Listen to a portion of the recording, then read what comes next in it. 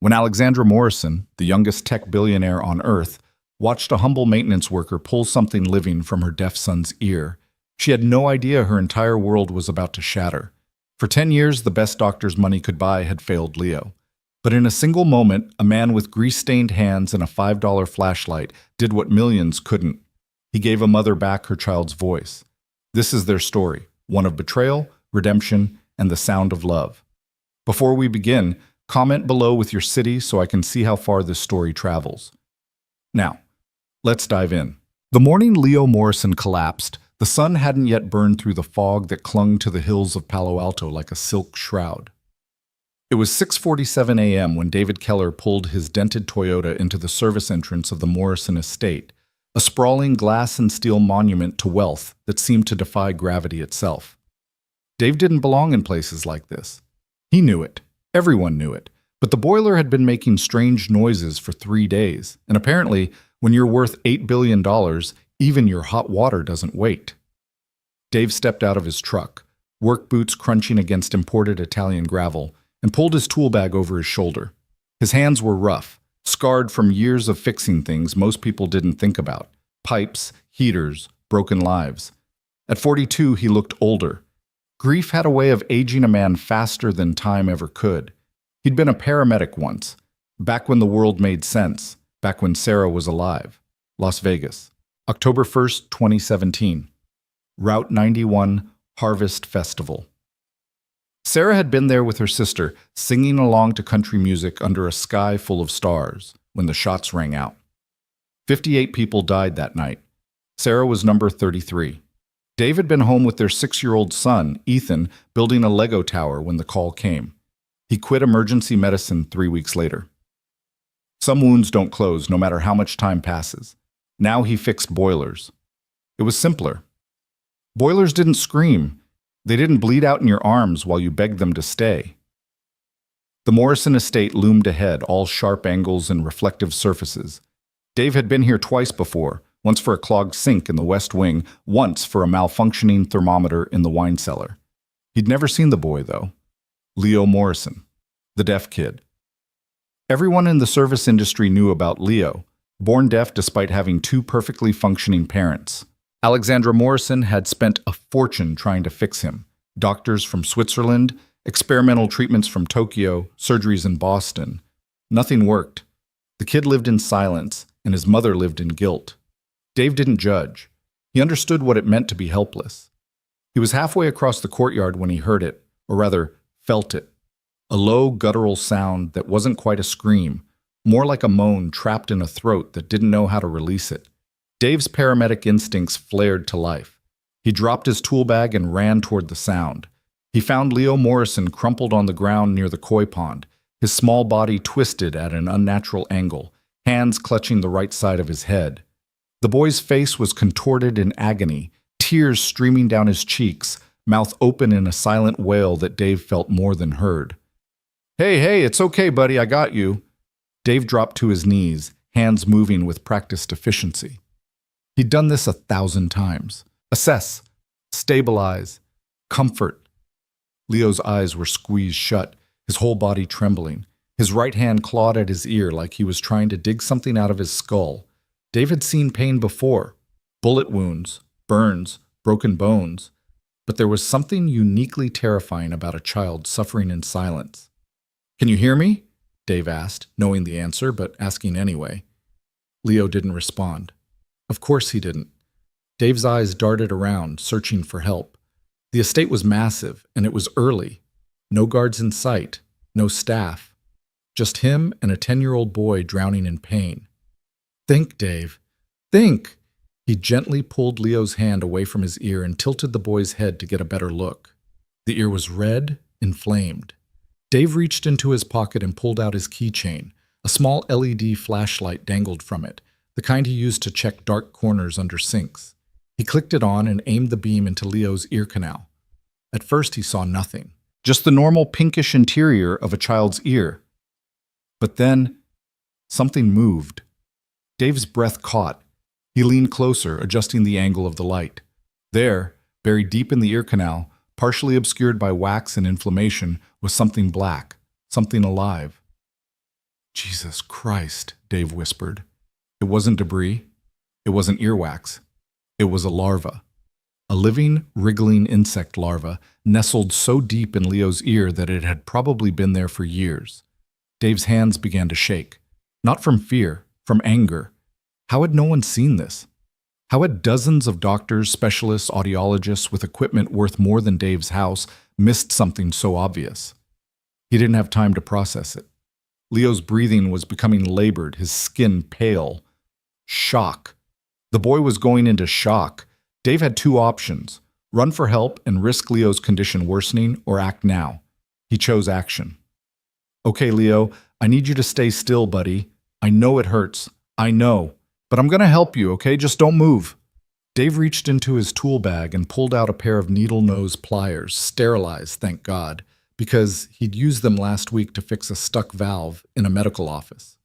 He wiped them down with an alcohol pad from the first aid kit he always carried, took a deep breath, and steadied his hand. This was insane. He wasn't a doctor. He was a maintenance worker. If he screwed this up... But Leo's breathing hitched, and Dave saw the boy's lips turning blue. No time. Here we go, buddy. With the precision of a man who'd once sutured wounds in the back of a speeding ambulance, Dave inserted the pliers into Leo's ear canal. The angle had to be perfect. Too shallow, and he'd miss it. Too deep, and he'd rupture the eardrum. He felt the pliers connect with something soft. The larva. Got you, Dave muttered. He squeezed gently, praying he wouldn't tear it apart, and pulled. The larva came out in one piece, a fat black creature the size of a pencil eraser, still wriggling in the pliers' grip. Dave dropped it onto the gravel and crushed it under his boot. Leo gasped. It wasn't a sound a deaf child should make. It was sharp, sudden, a breath drawn in shock rather than necessity. Leo's eyes flew open, wide and confused, and for the first time in his life, he heard the crunch of gravel under Dave's boot. He heard the wind rustling through the trees. He heard the distant hum of a car engine. He heard the koi pond bubbling. And he heard Dave's voice. You're okay now, Leo. You're okay. Leo's lips moved, his brow furrowed in concentration, trying to form a sound he'd never made before. His vocal cords, unused for a decade, struggled to obey. Dave's heart pounded. It's okay. Take your time. Ma. And then, trembling and fragile as a newborn's cry, Leo Morrison spoke his first word. Mom? The sound of running footsteps shattered the moment. Alexandra Morrison appeared around the corner of the estate, her silk robe billowing behind her like a cape. She was barefoot, her dark hair wild, her face a mask of panic. Behind her were two security guards and Mrs. Chen, the head housekeeper, all rushing toward the commotion. Leo! Alexandra screamed, dropping to her knees beside her son. She yanked him into her arms, her hands frantically checking him for injuries. What happened? Who the hell are you? Dave stood slowly, backing away with his hands raised. I'm the maintenance guy. Dave, I was here for the boiler. You touched my son? Alexandra's voice was ice and fire combined. Her green eyes locked onto Dave with the intensity of a predator spotting prey. You put your hands on my child? Ma'am, he was in distress. He's deaf. He's always in distress. That doesn't give you the right to... Mom? The word was so soft, so impossible, that for a moment no one moved. Alexandra froze. Her grip on Leo loosened. Her eyes went wide, pupils dilating in disbelief. Mom? Leo said again, louder this time. His voice was raw, unpracticed, but unmistakable. Alexandra's face drained of color. What? Leo, did you just... Mom, I can hear you. Tears spilled down Leo's cheeks. I can hear you. The world tilted. Alexandra swayed, and one of the guards caught her before she fell. She stared at her son like he'd returned from the dead, her mouth opening and closing with no sound. Dave stepped forward, holding out the pliers. Stuck to the tip was a smear of black residue. There was a larva in his ear canal. It's been there a while. Years, probably. It was blocking sound and causing pressure on the eardrum. Alexandra's gaze snapped to the pliers, then to Dave, then back to Leo. A what? An insect larva. I'm guessing a botfly. They're parasitic, lay eggs in warm, dark places. His ear canal would have been perfect. It probably hatched years ago and just stayed there, growing. Mrs. Chen gasped, her hand flying to her mouth. One of the guards muttered something in disbelief. Alexandra said nothing. She just stared at Dave, her expression unreadable. Leo reached up and touched his mother's face. "Mom," he whispered, "you're crying." And she was. Silent, streaming tears that she didn't bother to wipe away. She pulled Leo against her chest and buried her face in his hair, her shoulders shaking with sobs she'd been holding back for a decade. Dave took another step back, feeling suddenly like an intruder. I'll just go check on the boiler." "Wait." Alexandra's voice stopped him cold. She lifted her head, her tear-streaked face now hard as stone. "You expect me to believe that you, a maintenance worker, did what 50 of the world's best doctors couldn't?" Dave met her gaze evenly. "I don't expect you to believe anything, ma'am. I just did what needed doing." "And you just happened to have the skills to perform a medical procedure on my son?" "I was a paramedic. Before." Dave's voice was flat, emotionless. He didn't owe her his story. "Look, your son's okay now. That's what matters. I'll send you my bill for the boiler work." He turned to leave. "Stop." This time, the command was softer. Dave paused, but didn't turn around. "What's your name?" Alexandra asked. "David Keller." "David Keller." She repeated it like she was committing it to memory. "You saved my son's life." "I pulled a bug out of his ear. That's not the same thing." "To me, it is." Dave finally turned back. Alexandra was standing now, Leo still clinging to her. Her eyes were red, but the fury had drained away, replaced by something Dave couldn't quite name. Gratitude, maybe. Or shock. "He's been deaf since birth," Alexandra said, her voice breaking. "Every doctor, every specialist, they all said it was neurological, congenital, irreversible." She looked down at Leo. "They said he'd never hear, that I should accept it and move on." "They were wrong," Dave said simply. "How did they miss it?" Alexandra's voice rose again, anger creeping back in. "How did 50 doctors miss a goddamn bug in his ear?" Dave shrugged. "Because they stopped looking. They saw a deaf kid, ran their tests, made their diagnosis, and moved on. They didn't use a flashlight." The words hung in the air like an accusation. Mrs. Chen stepped forward, wringing her hands. "Miss Morrison, we should get Leo inside. He needs to be checked." "No." Alexandra cut her off. "No more doctors. Not today." She looked at Dave. "You, David, can you stay? Just for a little while? In case what?" Dave asked. "In case this is real." They moved inside. The interior of the Morrison estate was as cold and sterile as a museum. White marble floors, abstract art on the walls, furniture that looked expensive but uncomfortable. Dave felt out of place immediately, his work boots leaving faint scuff marks on the pristine floor. Alexandra led them to a sitting room overlooking the valley. Floor-to-ceiling windows framed a view of Silicon Valley that probably cost more than Dave would earn in 10 lifetimes. She sat Leo down on a leather couch and knelt in front of him, her hands trembling as she cupped his face. "Leo," she whispered, "can you really hear me?" Leo nodded, tears still streaming. "Yes, I can hear everything. It's so loud, Mom. Everything is so loud." Dave had seen this before, sensory overload. A person who'd lived in silence suddenly thrust into a world of noise. It was overwhelming. "It'll take time to adjust," Dave said from the doorway. "His brain isn't used to processing sound. He'll need therapy probably, someone to help him filter everything out." Alexandra looked at him, her expression fierce. "Anything. I'll pay for anything." "I'm sure you will," Dave said quietly. For a moment silence filled the room, though not for Leo, who kept turning his head toward every tiny sound. The hum of the air conditioning, the distant chirp of a bird, the creak of leather as Alexandra shifted her weight. "How long?" Alexandra finally asked. "How long what?" "How long was that thing in his ear?" Dave hesitated. "Hard to say for sure.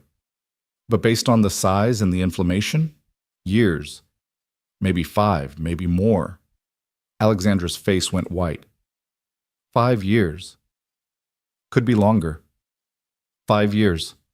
She stood abruptly, pacing toward the window, her hands clenched into fists at her sides. 5 years of specialists, 5 years of tests, brain scans, MRIs, cochlear implant consultations, surgeries. Her voice cracked. 5 years of being told there was nothing I could do. Dave said nothing. There was nothing to say. Do you know how many doctors examined him? Alexandra spun around, her eyes blazing. 47. 47 different specialists across 3 continents, and not one of them thought to check his goddamn ear with a flashlight? Mom, you're yelling, Leo said softly, wincing. Alexandra immediately softened, rushing back to his side. I'm sorry, baby. I'm so sorry. She kissed his forehead. I'm not angry at you. I'm angry at them. They tried, Leo said. Not hard enough. Dave cleared his throat. For what it's worth, they probably did try, but medicine's become complicated. Everyone's a specialist now. The audiologist checks hearing, the neurologist checks the brain, the ENT checks the throat. But nobody's looking at the whole picture. Nobody's thinking simple. Simple, Alexandra repeated bitterly. My son suffered for years because no one thought simple. That's about the size of it. Alexandra looked at him for a long moment, then back at Leo. Her expression shifted, grief giving way to something harder, something dangerous. Mrs. Chen, she said without looking away from Leo, call Dr. Ramirez. Tell him I want him here in 1 hour. And call Dr. Chen. No, call all of them. Every doctor who examined Leo in the last 5 years. I want a meeting. Tomorrow morning. Ms. Morrison, I'm not sure they'll all be available. I don't care if they're in surgery. I don't care if they're on vacation. Tell them if they're not in this house by 9 a.m. tomorrow, they'll be hearing from my lawyers by 9:01. Mrs. Chen paled but nodded and hurried from the room. Dave shifted uncomfortably. Look, I should really get going. I've got 3 more jobs today. How much? Alexandra asked. Dave blinked. How much what? How much do you charge for your services? $100 an hour for plumbing, but I didn't actually fix the boiler yet. No. Alexandra stood, crossing the room toward him. Up close, she was smaller than he'd thought. Maybe 5'6", but she radiated a kind of intensity that made her seem taller. How much to stay, here, today, to make sure Leo's okay? Dave frowned. I'm not a doctor, Miss Morrison. You're better than every doctor I've hired. She pulled out her phone. Name your price, double your hourly rate, triple it. I don't care. I can't. Please. The word was so raw, so desperate, that Dave stopped mid-sentence. He looked past Alexandra to where Leo sat on the couch, eyes wide and overwhelmed, trying to process a decade's worth of sound in a single morning. Dave thought of Ethan, his son, 6 years old and already growing up without a mother. What would Dave have done if someone could have saved Sarah? What price would he have paid? No charge, Dave said quietly. Alexandra blinked. What? I'll stay for a few hours. No charge. Just let me call my kid. Let him know I'll be late picking him up from school. For the first time since he'd arrived, Alexandra Morrison smiled. It was small, fragile, but real. Thank you. The hours that followed were surreal. Dr. Ramirez arrived first, a silver-haired man in an expensive suit who looked like he'd rather be anywhere else. He examined Leo with an expression that shifted from skepticism to shock to horror as Dave explained what he'd found. A botfly larva? Dr. Ramirez said, his voice strangled. That's impossible. Clearly not, Dave said dryly. But we did full examinations. I personally examined Leo's ears 3 years ago. And you missed it, Alexandra said coldly. How? Dr. Ramirez stammered. The larva must have been deeper than standard otoscopic examination could reach, or hidden by inflammation, or you didn't look hard enough. The doctor had no response to that. More doctors arrived throughout the afternoon, neurologists, audiologists, pediatricians. Each one wore the same expression when they learned the truth: shock, disbelief, and shame.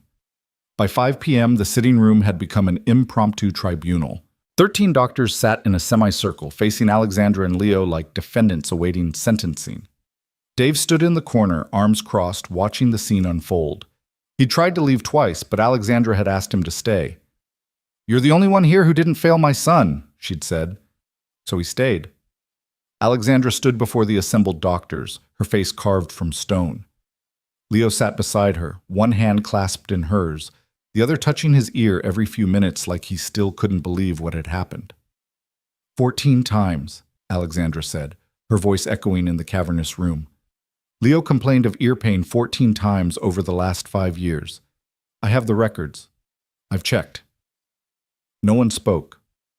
14 times, he tried to tell us something was wrong, and every single time one of you dismissed it. You called it behavioral frustration. You said it was psychological. You told me he was acting out because of his disability, Doctor. Ramirez opened his mouth, but Alexandra silenced him with a look. A maintenance worker, she continued, with a $5 flashlight and 2 minutes of investigation found what 50 specialists couldn't find in 5 years. Do you understand how that makes me feel? Still, silence.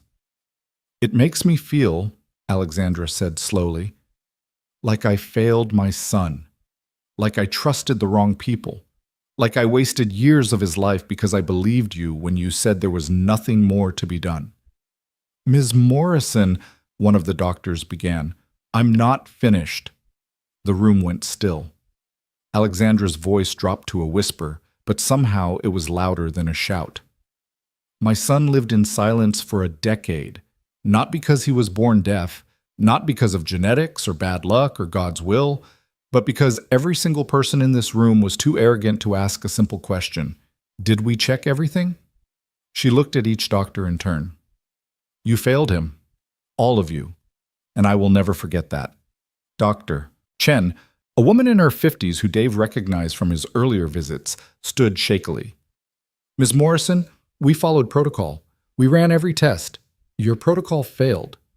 Medicine isn't perfect, but it should be better than this. Alexandra's voice cracked. It should be better than a man with no medical degree finding what you couldn't. Dave shifted uncomfortably. For the record, I do have medical training. Not the point, Alexandra snapped, though her tone softened when she looked at him. The point is that you looked. You saw my son as a person, not a diagnosis, and that made all the difference. The doctors sat in shamed silence. Finally, Dr. Ramirez stood. Miss Morrison, on behalf of everyone here, I want to apologize. What happened to Leo was unacceptable. If there's anything we can do, there is, Alexandra said. You can leave, all of you, and you can expect to hear from my lawyers regarding malpractice suits. The room erupted into protests, but Alexandra raised a hand.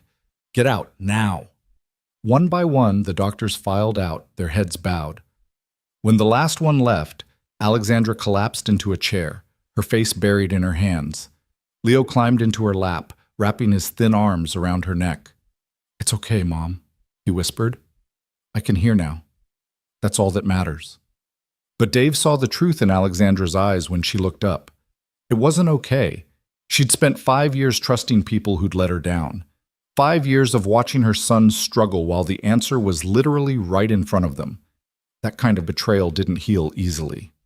Dave finally left at 7 p.m., long after the sun had set. As he walked to his truck, Alexandra followed him out. David. He turned. She stood in the doorway, backlit by the warm glow of the house. In the shadows, she looked smaller, more human. Thank you, she said, for everything. Dave nodded. He's a good kid. Take care of him. I will. She hesitated. Can I get your number? In case Leo needs anything? Dave almost said no. He didn't belong in this world of billionaires and marble floors and doctors who charged more per hour than Dave made in a week. But then he thought of Leo's face when he'd spoken his first word, and he found himself rattling off his number. Alexandra typed it into her phone. I mean it. Anything he needs. Anything you need. Just ask. I don't need anything, Miss Morrison. Alex, she said. Call me Alex. Dave nodded and climbed into his truck. As he drove away, he glanced in the rearview mirror. Alexandra was still standing in the doorway watching him go. He didn't know it yet, but his life had just changed forever. When Dave picked up Ethan from after-school care that night, his son immediately knew something was different. "You're late," Ethan said, buckling his seatbelt. "You're never late." "Sorry, bud. Work stuff." "What kind of work stuff?" Dave glanced at his son, 6 years old, blonde hair like his mother's, eyes that still looked for her in every crowd. How could he explain what had happened today? That he'd pulled a living creature from a boy's ear and given him the gift of sound? That he'd stood in a room of doctors who'd failed and felt, for the first time in years, like he'd done something that mattered? "I helped a kid," Dave said finally. "He was in trouble, and I helped him." Ethan's eyes lit up. "Like a superhero?" Dave laughed. "Not quite, buddy." "Did you save his life?" "No, just made it better." Ethan thought about this for a moment. Mom would have liked that. The words hit Dave like a punch to the chest. He pulled over to the side of the road, hands gripping the steering wheel until his knuckles turned white. Sarah would have liked it. She'd always been the brave one, the one who ran toward danger while everyone else ran away. She'd been a teacher, and before that, a volunteer firefighter. She'd loved helping people. She would have been proud. "Yeah," Dave said, his voice thick. "Yeah, she would have." He pulled back onto the road and drove home, Ethan chattering beside him about Legos and homework, and a girl in his class who could burp the alphabet. Dave listened and nodded and tried not to think about the fact that, for the first time since Sarah died, he felt like himself again. Even if it was just for a day. Even if it didn't last. But it did last. The next morning, Dave's phone rang at 6 a.m. He answered groggily, expecting a client with a broken water heater. Instead, he heard Alexandra's voice. "Dave, it's Alex Morrison. I hope I'm not calling too early." Dave sat up, suddenly awake. "Is Leo okay?" "He's fine. Better than fine. He's laughing, Dave. I've never heard him laugh before. I didn't know what his laugh sounded like until today." Her voice broke, and Dave heard her take a shaky breath. "That's good," Dave said softly. "That's really good. I need to see you. Today. Can you come by?" Dave hesitated. "I've got a full schedule." "I'll pay you double, triple, please, Dave. It's important." Against his better judgment, Dave agreed. When he arrived at the Morrison estate 2 hours later, he found Alexandra waiting for him in the courtyard. She looked different, less polished, more raw. Her hair was tied back in a messy ponytail, and she wore jeans and a t-shirt instead of designer clothes. She looked, Dave thought, like a real person. "Thank you for coming," she said, shaking his hand. Her grip was firm, urgent. "I need to talk to you about something." "Okay." She led him inside, not to the sitting room, but to a home office that overlooked the valley. The walls were covered in screens displaying stock tickers, news feeds, and data charts Dave couldn't begin to understand. Alexandra gestured for him to sit. "I didn't sleep last night." "Understandable." "No, I couldn't sleep. I kept thinking about what you said yesterday, about how medicine's become too complicated, too specialized, too focused on protocol instead of people." Dave nodded slowly. "Okay." "And I realized something." Alexandra leaned forward, her eyes intense. "I've spent my entire career building technology that's supposed to make the world better, faster, smarter. But yesterday, a man with a flashlight did more for my son than $1 billion of medical technology ever could." "I'm not sure where you're going with this. I want to change the system, Dave. I want to fix what's broken. And I want you to help me." Dave blinked.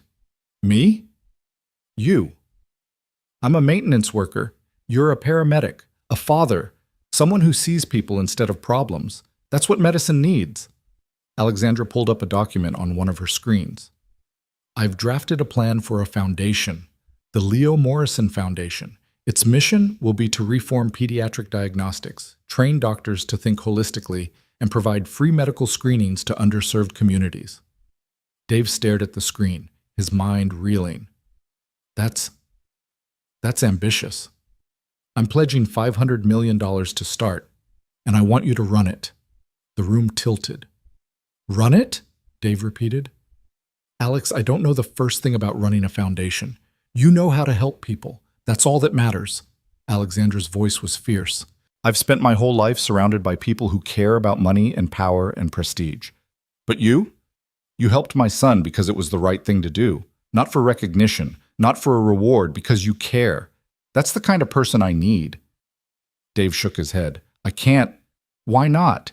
Because I have a son, a life. I can't just drop everything. Then don't drop it. Bring Ethan with you. I'll hire nannies, tutors, whatever he needs. You'll have full control over your schedule, and you'll be paid more in a year than you'd make in a lifetime fixing boilers. Dave stood abruptly, pacing toward the window. Below, he could see Leo playing in the garden, running his hands along flowers and laughing every time the wind rustled the leaves. The boy looked free.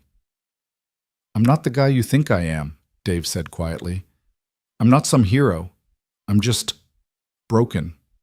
I couldn't save my wife, and I've spent the last 7 years trying to figure out how to be enough for my son. I can't run a foundation. I can't... David, Alexandra's voice was soft but firm. What you did yesterday? That wasn't luck. That was skill, compassion, courage. Those are things you can't teach, and those are the things this world needs. Dave closed his eyes. He thought of Sarah, of the way she'd always believed in him, even when he didn't believe in himself, of the way she'd pushed him to be better, do better. What would she want him to do? He already knew the answer. Okay, Dave said. Alexandra's eyes widened. Okay? On one condition. I'm not running this alone. You're involved. Every step. This is your son's legacy. It should have your name on it, too. Alexandra smiled, a real genuine smile that reached her eyes. Deal. They shook hands, and in that moment, Dave felt the weight of the last 7 years begin to lift. Maybe he couldn't save everyone, but he could start with one boy, and maybe that was enough. The first week after their agreement, Dave barely slept. He'd wake at 4 in the morning, his mind racing with lists and logistics, questions he didn't know how to answer. How do you build a medical foundation from scratch? How do you reform a system that's been broken for decades? How do you convince the world that something as simple as a flashlight and human compassion could matter more than million-dollar machines? Alexandra, it turned out, had answers to all of these questions, and she moved with the speed and precision of someone who'd built empires before breakfast. On Monday, she rented an entire floor of an office building in downtown Palo Alto. On Tuesday, she hired a team of attorneys to draft the foundation's charter. On Wednesday, she brought in architects to design mobile medical clinics.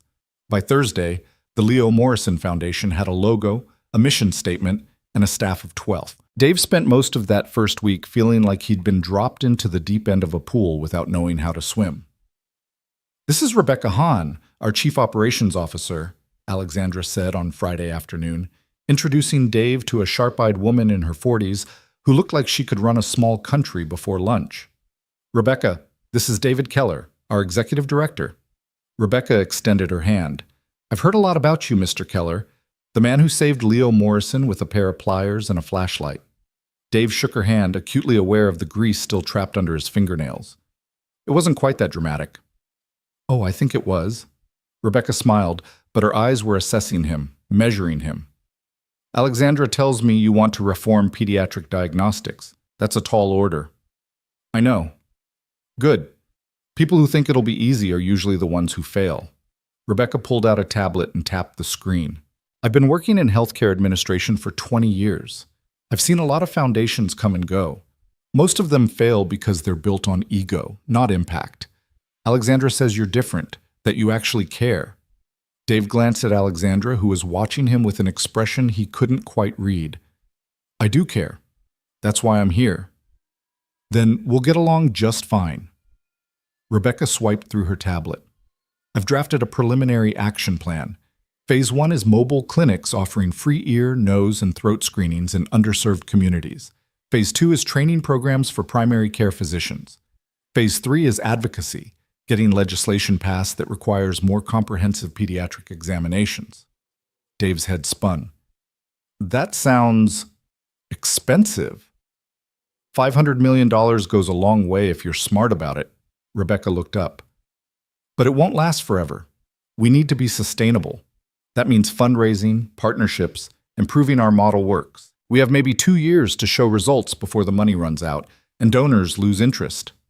2 years. Dave felt the weight of it settle on his shoulders like a physical thing. Where do we start? He asked. Alexandra stepped forward. We start with Leo. So, that evening, Dave sat in Alexandra's home office while Leo played on the floor nearby, a pair of noise-canceling headphones around his neck. The boy had been struggling with sensory overload. Every sound was too loud, too sharp, too overwhelming. The audiologist Alexandra had hired said it would take months for Leo's brain to adjust. He keeps asking to go back, Alexandra said quietly, watching her son. Back to the silence. Dave understood. It's a lot to process. He's lived his whole life one way, and now everything's different. Give him time. What if he never adjusts? What if I made things worse by letting you... Alexandra stopped herself, shaking her head. I'm sorry, that came out wrong. It's okay. You're scared. Any parent would be.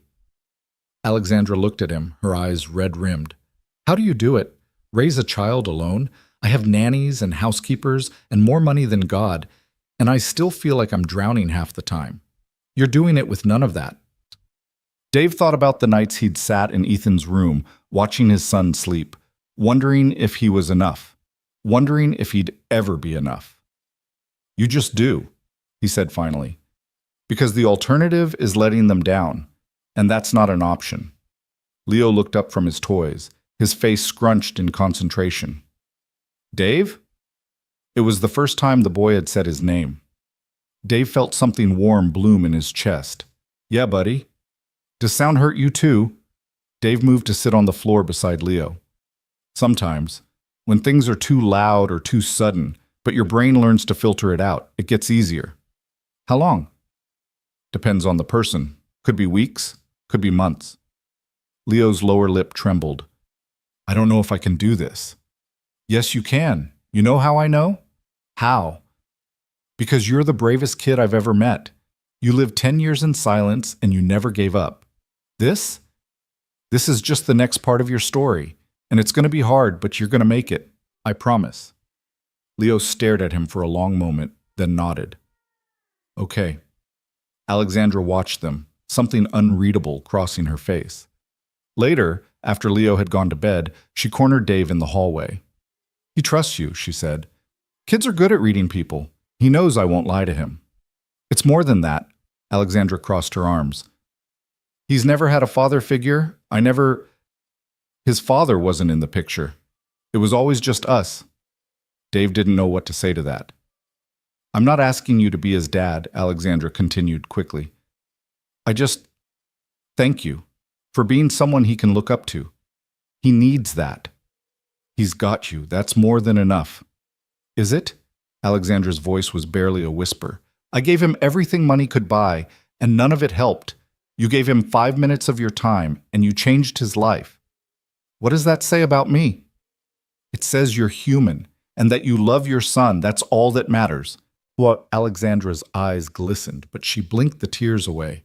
I should let you go. Ethan's probably waiting. Dave nodded, but as he turned to leave, Alexandra called out one more time. Dave, tomorrow, when you come to the office, bring Ethan. I want Leo to meet him. The next morning, Dave pulled up to the Morrison estate with Ethan in tow. His son pressed his nose against the car window, eyes wide. Whoa! This place is huge. Does a giant live here? Dave laughed. No giants, just a kid your age who's been through a lot. What happened to him? He couldn't hear for a long time, but now he can. Ethan thought about this. That must be weird. Hearing everything for the first time. Yeah, it is. So be patient with him, okay? He's still learning. Okay, Dad. Leo was waiting in the courtyard, perched on a stone bench with his noise-canceling headphones on. When he saw Ethan, he pulled them off slowly. Hi, Leo said, his voice still uncertain, still finding its rhythm. Hi, Ethan replied. I'm Ethan. My dad says you can hear now. That's cool. Leo's face brightened. It's weird. Everything's so loud. What's the loudest thing you've heard? Birds. They're really loud. I didn't know they made so much noise. Ethan grinned. Wait until you hear a dog bark. Dogs are crazy loud. And just like that, the ice broke. Within minutes, the two boys were running through the garden, Ethan pointing out sounds and Leo listening with an expression of wonder and occasional overwhelm. Dave watched from a distance, feeling something he hadn't felt in years: hope. Alexandra appeared beside him, 2 cups of coffee in her hands. She offered him one. "They're good together," she said. "Kids usually are. They don't overthink things like adults do. Ethan's a good kid. You've done well with him." Dave took a sip of coffee. "I'm doing my best. Some days that's enough, some days it's not. Sarah would be proud." Dave froze. "How do you know about Sarah?" Alexandra had the grace to look embarrassed. "I had my assistant do a background check. I'm sorry, I know that's invasive, but when you're putting someone in charge of $500 million, I get it." Dave's voice was flat. "What else did your background check tell you?" "That you were a paramedic for 8 years. That you quit 3 weeks after your wife died. That you've been working maintenance jobs ever since, moving from place to place, never staying anywhere longer than a year." Alexandra paused. "That you've been running." "I'm not running. I'm surviving." "There's a difference?" Dave didn't answer. They stood in silence, watching the boys play. "I read about the shooting," Alexandra said finally. "Route 91. I can't imagine—" "Don't." Dave's voice was sharp. "Don't say you can't imagine. Everyone says that. And they're right. They can't. Unless you've held someone while they bled out, while they begged you to save them and you couldn't, you have no idea what it's like. So please, just don't." Alexandra nodded. "You're right. I'm sorry." More silence. The boys' laughter echoed across the courtyard. "For what it's worth," Alexandra said quietly, "I think you're brave. Not for what you did that day, but for what you've done every day since. Getting up, taking care of Ethan, showing up. That's real courage." Dave's throat tightened. He took another sip of coffee to avoid responding. They stood there for another 10 minutes, neither speaking, just watching their sons discover what friendship looked like. When it was time to leave, Ethan begged to stay longer. "Can Leo come over sometime?" Ethan asked as they walked to the car. "I don't know, bud. Leo's pretty busy." "He can come," Alexandra said. She was standing in the doorway, Leo beside her. "Anytime. Really." Leo's face lit up. "Can I, Mom? Please?" Alexandra smiled, a real smile, not the polished one Dave had seen at the office. "Of course." As Dave drove away, Ethan chattered nonstop about his new friend. Dave listened, nodding in the right places, but his mind was elsewhere. He'd spent 7 years building walls, keeping people at arm's length, telling himself it was safer that way, easier that way. But watching Ethan and Leo together, seeing the pure, uncomplicated joy on his son's face, Dave realized something. Maybe it was time to stop running. The Leo Morrison Foundation officially launched 3 weeks later with a press conference that drew media from around the world. Dave stood backstage, his hand shaking, while Alexandra went over the plan one more time. "I'll speak first," she said, adjusting her blazer. "I'll talk about Leo, about what happened, about why this matters. Then I'll introduce you. You'll say a few words about the Foundation's mission. Keep it short, keep it real, just be yourself. What if I mess up?" "You won't." "You don't know that." Alexandra placed a hand on his shoulder. "Dave, you pulled a living creature out of my son's ear with a pair of pliers. I think you can handle a microphone." Despite himself, Dave laughed. The press conference was held in the Foundation's new headquarters, a sleek modern building with floor-to-ceiling windows and a waiting room designed to feel warm and welcoming rather than clinical. Reporters packed the main hall, cameras flashing, questions shouted before Alexandra even reached the podium. Dave watched from the wings as she took the stage. She looked different under the lights, more powerful, more in control. This was her element. "Good morning," Alexandra began, her voice clear and steady. "My name is Alexandra Morrison, and I'm here to tell you about my son, Leo." For the next 10 minutes, she spoke. She told them about Leo's deafness, about the years of specialists and failed treatments, about the day a maintenance worker with a flashlight changed everything. She didn't spare the doctors, she didn't spare the system, and she didn't spare herself. "I trusted the experts," Alexandra said, her voice thick with emotion. "I trusted the protocol. I trusted that $1 billion could fix anything. But I was wrong, and my son paid the price. The room was silent. But this isn't just about Leo. It's about every child who's been failed by a system that's too focused on specialization and not enough on people. It's about parents who trust doctors only to be let down. It's about making medicine human again. She paused, letting the words sink in. Today, I'm announcing the Leo Morrison Foundation with an initial pledge of $500 million. Our mission is simple: reform pediatric diagnostics, train doctors to think holistically, and provide free medical screenings to communities that need them most. And leading this effort is the man who saved my son's life, David Keller. Dave's cue. He walked onto the stage blinded by camera flashes, his heart hammering against his ribs. The crowd was a blur of faces and voices. He reached the microphone and froze. All those people staring at him, waiting, expecting something profound, something inspiring.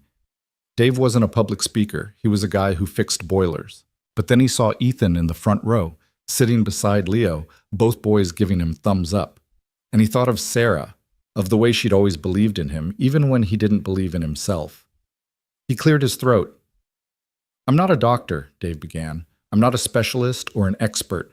I'm just a dad who knows what it's like to feel helpless, to watch someone you love suffer and not know how to fix it." The crowd leaned in. "The day I met Leo, he was in pain, and I did what anyone should do. I looked, really looked, not at a diagnosis or a chart or a test result, at a kid who needed help.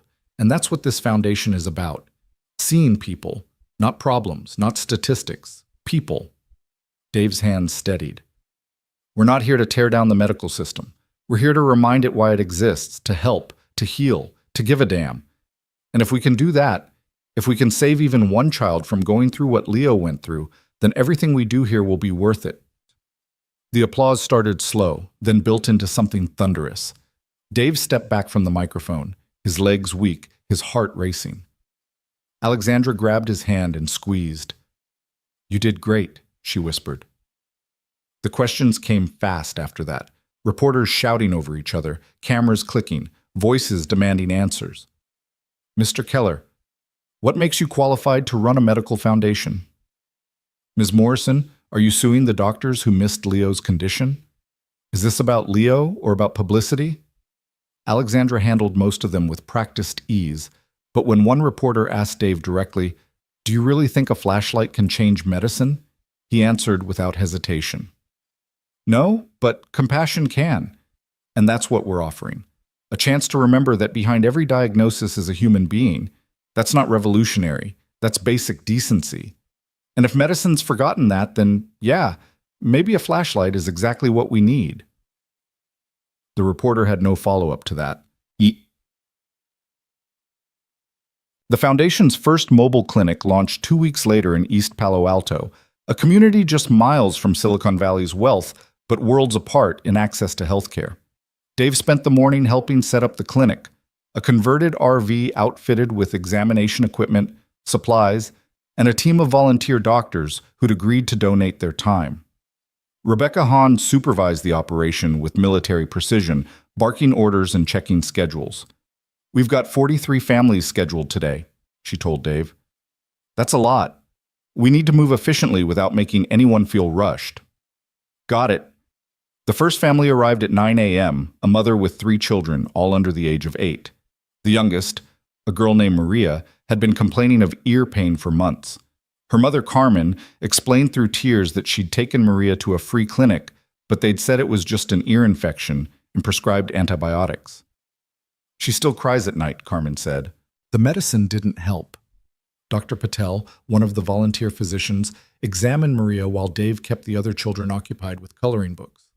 After a few minutes, Dr. Patel called Dave over.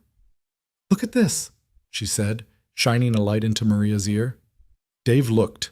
Deep in the canal, he could see it, a small bead, blue and shiny, lodged so far back it was almost invisible. "How long has that been in there?" Dave asked. "Could be weeks, could be months." Dr. Patel pulled out a pair of forceps. "This'll take 2 seconds." She was right. The bead came out easily, and Maria's relief was immediate. She stopped crying, her body relaxing. Carmen burst into tears. Thank you. Thank you so much. It was the first of many that day. By noon, they'd seen 20 families. By 3 p.m., 38.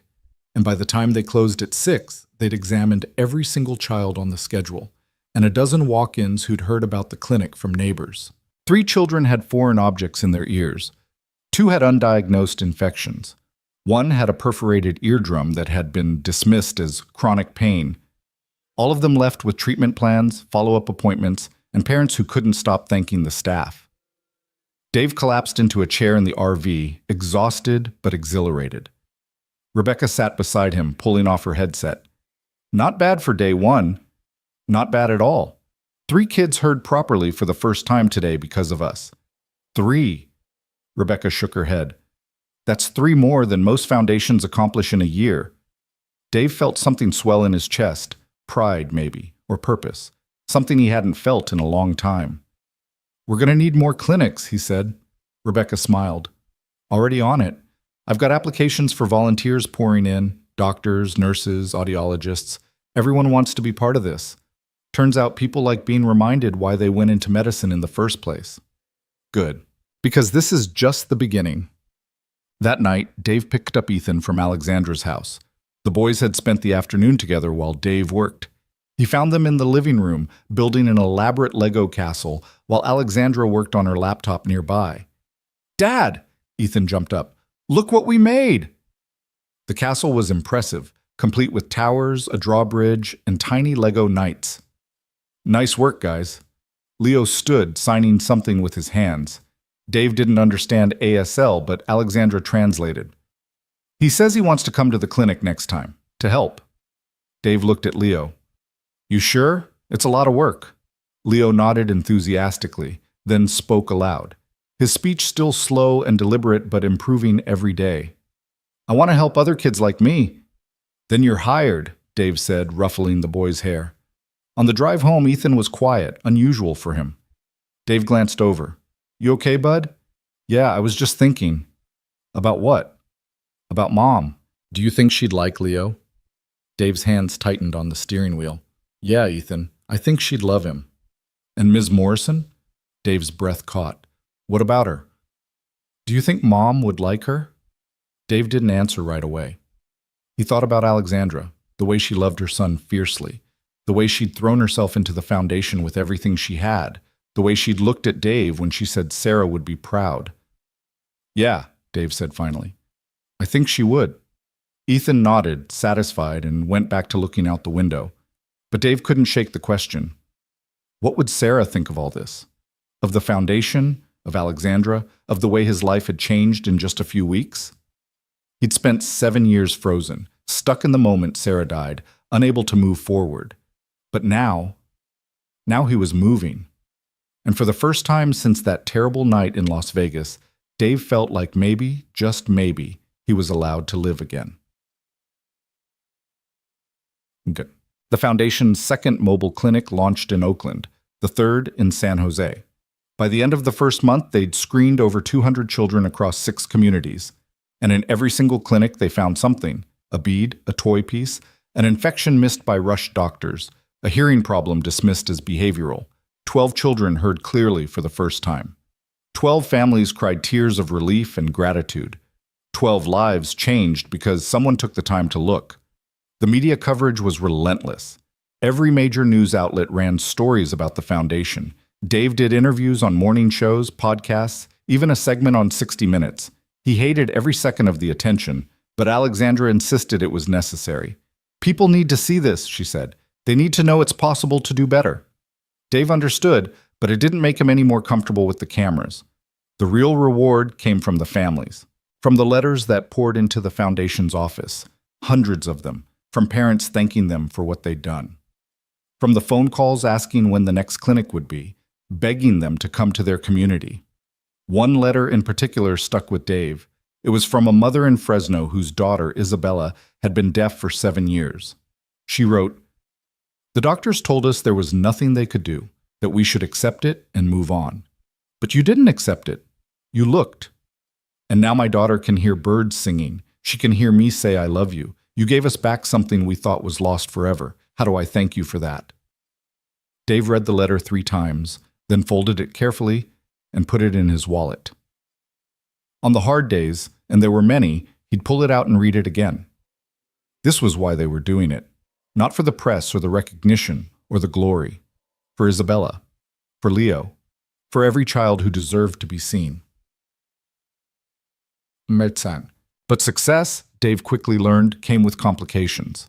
By the end of the second month, cracks began to show. The volunteer doctors were burning out. The mobile clinics were expensive to operate. And worst of all, they'd started receiving pushback from medical organizations who viewed the foundation as a threat. Dr. Chen, Alexandra's former chief medical officer, published an op-ed in the New England Journal of Medicine titled "The Danger of Oversimplification: Why the Morrison Foundation's Approach Could Harm Medicine." Dave read it in Alexandra's office, his jaw clenching with every paragraph. While the Morrison Foundation's intentions are noble, their methods risk undermining the expertise and training that modern medicine requires. Not every medical mystery can be solved with a flashlight. By suggesting otherwise, they create unrealistic expectations and erode trust in legitimate medical professionals. Alexandra threw her copy of the journal across the room. Erode trust? They eroded trust when they missed a bug living in my son's ear for 5 years. She's scared, Dave said calmly. They all are. We're making them look bad. They made themselves look bad. I know, but that doesn't change the fact that we're threatening their world, and they're going to fight back. Alexandra sank into her chair, her hands shaking. How do we fight this? We don't. We keep doing the work. Results speak louder than op-eds. But it wasn't just the medical establishment pushing back. Parents were calling too. Angry parents whose children were deaf and would stay deaf because their conditions weren't caused by foreign objects or infections. They accused the foundation of giving false hope, of suggesting that all deaf children could be fixed. One mother called Dave directly, her voice raw with pain. My daughter has been deaf since birth, she said, and she's perfect the way she is. But now, because of your foundation, people keep asking me if I've tried getting help, like she's broken, like she needs to be fixed. You're making her feel like there's something wrong with her. Dave listened, his heart sinking.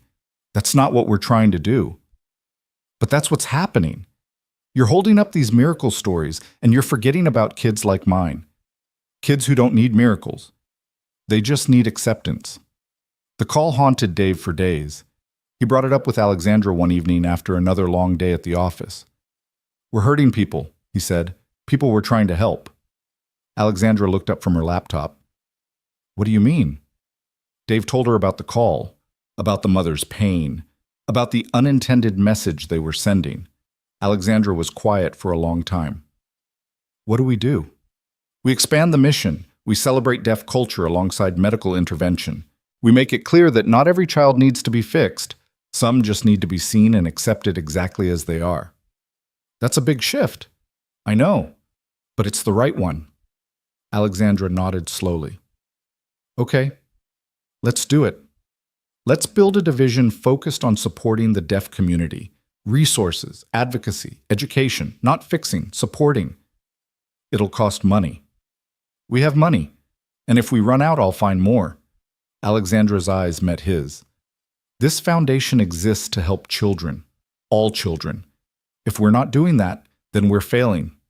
Within a week, they'd hired Dr. Maria Santos, a deaf physician and advocate, to lead the new deaf culture and community division. She came in with passion and vision, immediately pushing back against some of the foundation's messaging. You can't keep calling what you do miracles, she told Dave and Alexandra during their first meeting. Hearing isn't better than being deaf. It's just different. When you frame it as miraculous, you're saying deaf people are broken. And we're not. Dave felt the truth of her words settle in his chest. You're right. I'm sorry. Dr. Santos smiled. Don't be sorry. Be better. That's all any of us can do. Over the next few weeks, the foundation's message evolved. They still ran mobile clinics. They still screened children for treatable conditions. But they also launched programs celebrating deaf culture, offering sign language classes, and connecting deaf children with mentors and role models. The backlash from the deaf community began to soften. Slowly, parents who'd been angry started calling to thank them for listening, for adapting. for understanding that help didn't always mean cure. Leo struggled through all of it. Despite weeks of therapy, he still found the world overwhelmingly loud. He wore his noise-canceling headphones constantly, retreating into silence whenever things became too much. At school, kids teased him. They mocked the way he spoke, slow and uncertain, each word a careful construction. They imitated his voice, laughing when he flinched. One afternoon, Alexandra got a call from the principal. Leo had locked himself in a bathroom stall and refused to come out. Dave was at the office when Alexandra called him, her voice shaking. "I don't know what to do. He won't talk to me. He won't talk to anyone." "I'm coming," Dave said. He found Leo still in the bathroom, sitting on the floor with his headphones on, tears streaming down his face. The principal hovered nearby, uncertain. Dave waved her away. "Give us a minute." When they were alone, Dave sat on the floor beside Leo. He didn't say anything, just sat.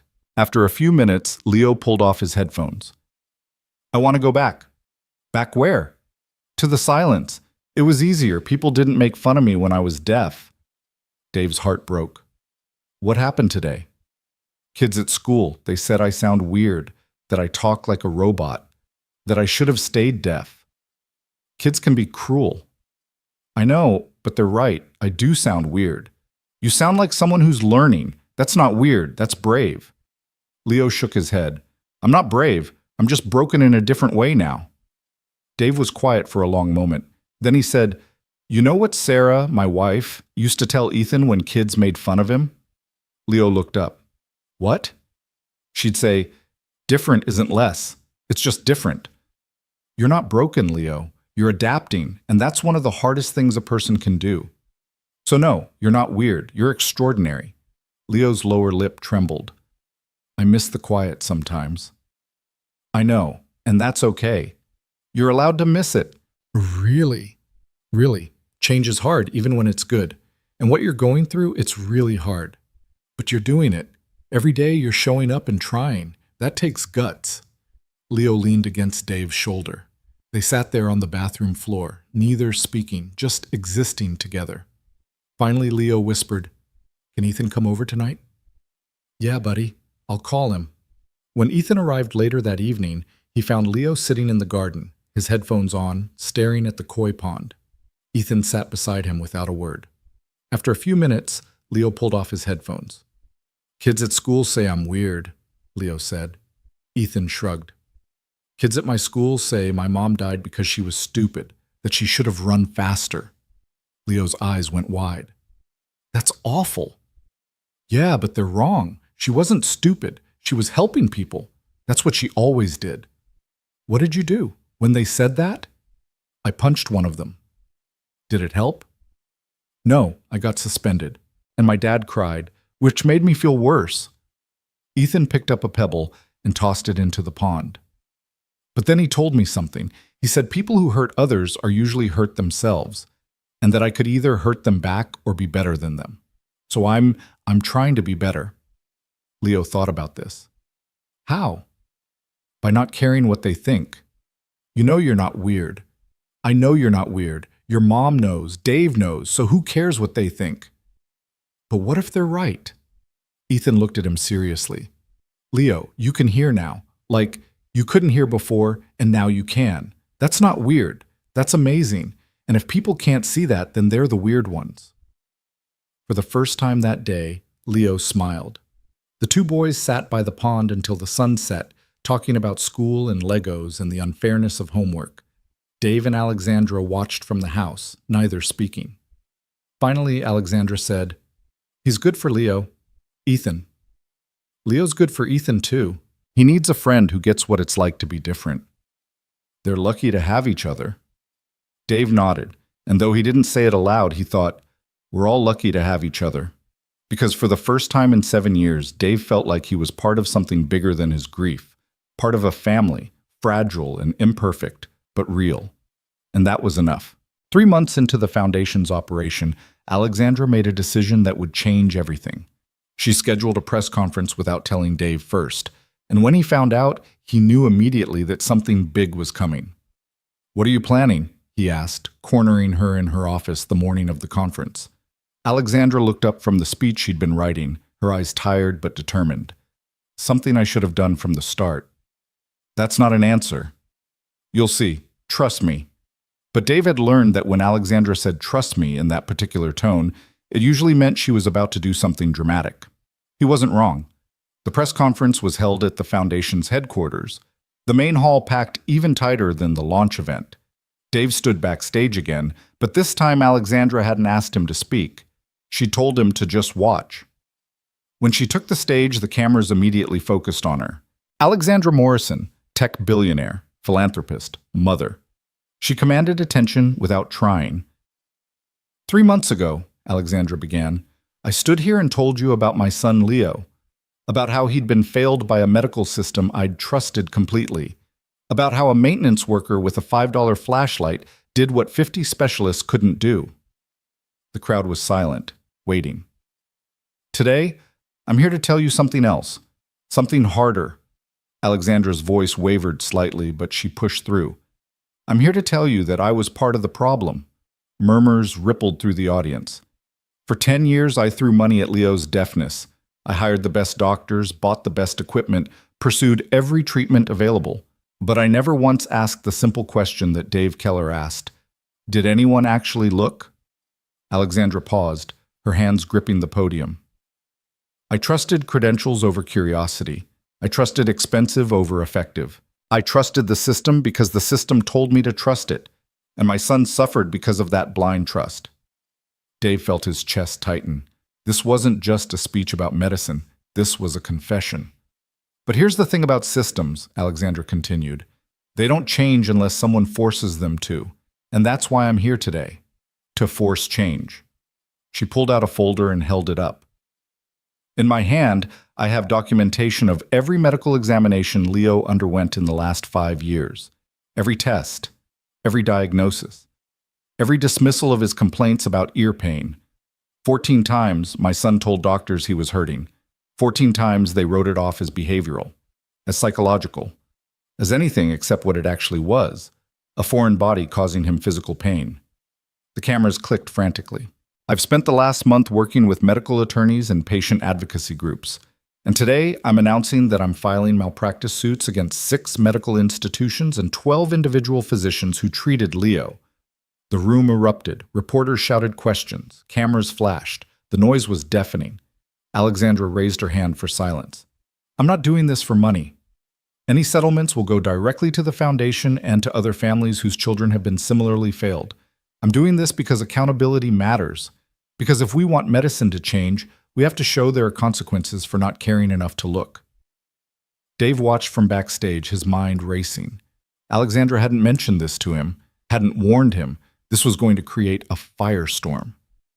I know what you're thinking, Alexandra said, her voice cutting through the chaos. You're thinking this is vindictive, that I'm attacking hardworking doctors who did their best. But here's what I know, their best wasn't good enough. And until we acknowledge that, until we hold people accountable for cutting corners and dismissing patients, nothing will change. She looked directly into the nearest camera. My son was lucky. He had a mother with resources and a chance encounter with someone who cared enough to act. But how many children don't have that? How many kids are suffering right now because the system is too broken, too rushed, too arrogant to look beyond the obvious? Alexandra's voice rose with passion. So yes, I'm suing, and yes, I'm angry, and yes, I'm going to use every dollar, every connection, every ounce of influence I have to make sure what happened to Leo never happens to another child. Because that's what parents do. We fight for our kids, even when it's hard, even when it's uncomfortable, even when the whole world tells us to back down. The applause started slowly, then built into something thunderous. But Dave noticed that not everyone was clapping. Some of the reporters looked skeptical. Some looked disapproving. This was going to be messy. Alexandra fielded questions for another 20 minutes, her answers sharp and unapologetic. When someone asked if she worried about damaging doctors' reputations, she didn't hesitate. I'm more worried about children's lives than doctors' reputations. Next question. When the conference ended, Dave found Alexandra in her office, slumped in her chair, looking exhausted. You should have told me, he said. I know. Why didn't you? Alexandra looked up at him. Because you would have tried to talk me out of it. You would have said it was too aggressive, too risky, that it would hurt the Foundation's reputation. You're right. I would have said all of that. And would you have been wrong? Dave sat down across from her. I don't know. Maybe, maybe not. But this is going to get ugly, Alex. The medical community is going to come after us hard. Donors might pull out. Volunteers might quit. Are you ready for that? I don't care. I'm done being polite about this. I'm done pretending like what happened to Leo was just an unfortunate oversight. It was negligence, and someone needs to say it. Dave studied her face. He saw the anger there, raw and real, but underneath it, he saw something else. Fear. The fear of a mother who'd almost lost her child and was still processing that trauma. Okay, Dave said finally. Alexandra blinked. Okay. You're the boss. If you think this is the right move, then I'm with you, but we need to be prepared for the fallout. I am prepared. Are you? Dave leaned forward.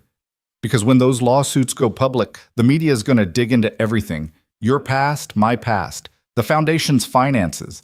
They're going to look for any excuse to discredit us. Let them look. We've got nothing to hide. Everyone's got something to hide, Alex. The words hung between them. Alexandra's eyes narrowed.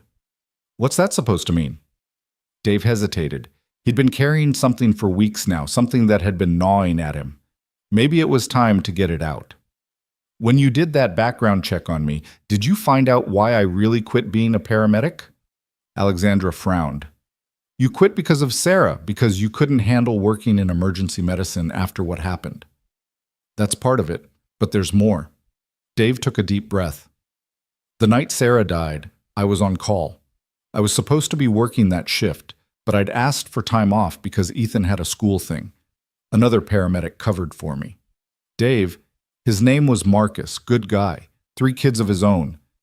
He was the one who responded when the shooting started. He was the one who tried to save Sarah. Dave's voice cracked. And he couldn't. None of them could. There were too many people, too much chaos. Sarah bled out waiting for transport to the hospital. Well, Alexandra's face softened. That wasn't your fault. I know, my therapist has told me that 1,000 times. But here's the thing, Marcus quit too. Couldn't handle the guilt of not being able to save everyone that night. Last I heard, he was working construction in Arizona. And every time I think about the Foundation, about what we're doing, I think about him. About all the good people who left medicine because the system broke them. What are you saying? I'm saying we need to be careful. We're going after doctors, but most of them aren't villains. They're just people working in a broken system. And if we're not careful, we're going to break more of them. Alexandra was quiet for a long moment. Then she said, So what do you want me to do? Drop the lawsuits? No, file them, hold people accountable. But also remember that we're trying to fix a system, not destroy the people working in it. There's a difference. Alexandra nodded slowly. You're right. I've been so angry, I forgot about that. She rubbed her face. How do we do both? How do we hold people accountable and still show compassion? I don't know, but we'll figure it out, together. They sat in silence for a few minutes, both lost in thought. Finally, Alexandra spoke. Dave, can I ask you something personal? Sure. Do you ever wish you could go back to before Sarah died, to when life was simple? Dave thought about it. Every day. But then I think about what I'd be missing. Watching Ethan grow up. The work we're doing here. Meeting you and Leo. He met her eyes. I can't have Sarah back, but I can choose to live a life that would make her proud. That's enough. Alexandra's eyes glistened. I envy that. I'm still so angry about what happened to Leo. I don't know how to let it go. You don't have to let it go. You just have to decide what you're going to do with it. Use it to fuel change, not just destruction. When did you get so wise? Dave laughed. I'm not wise. I'm just a guy who's made a lot of mistakes and learned a few things along the way.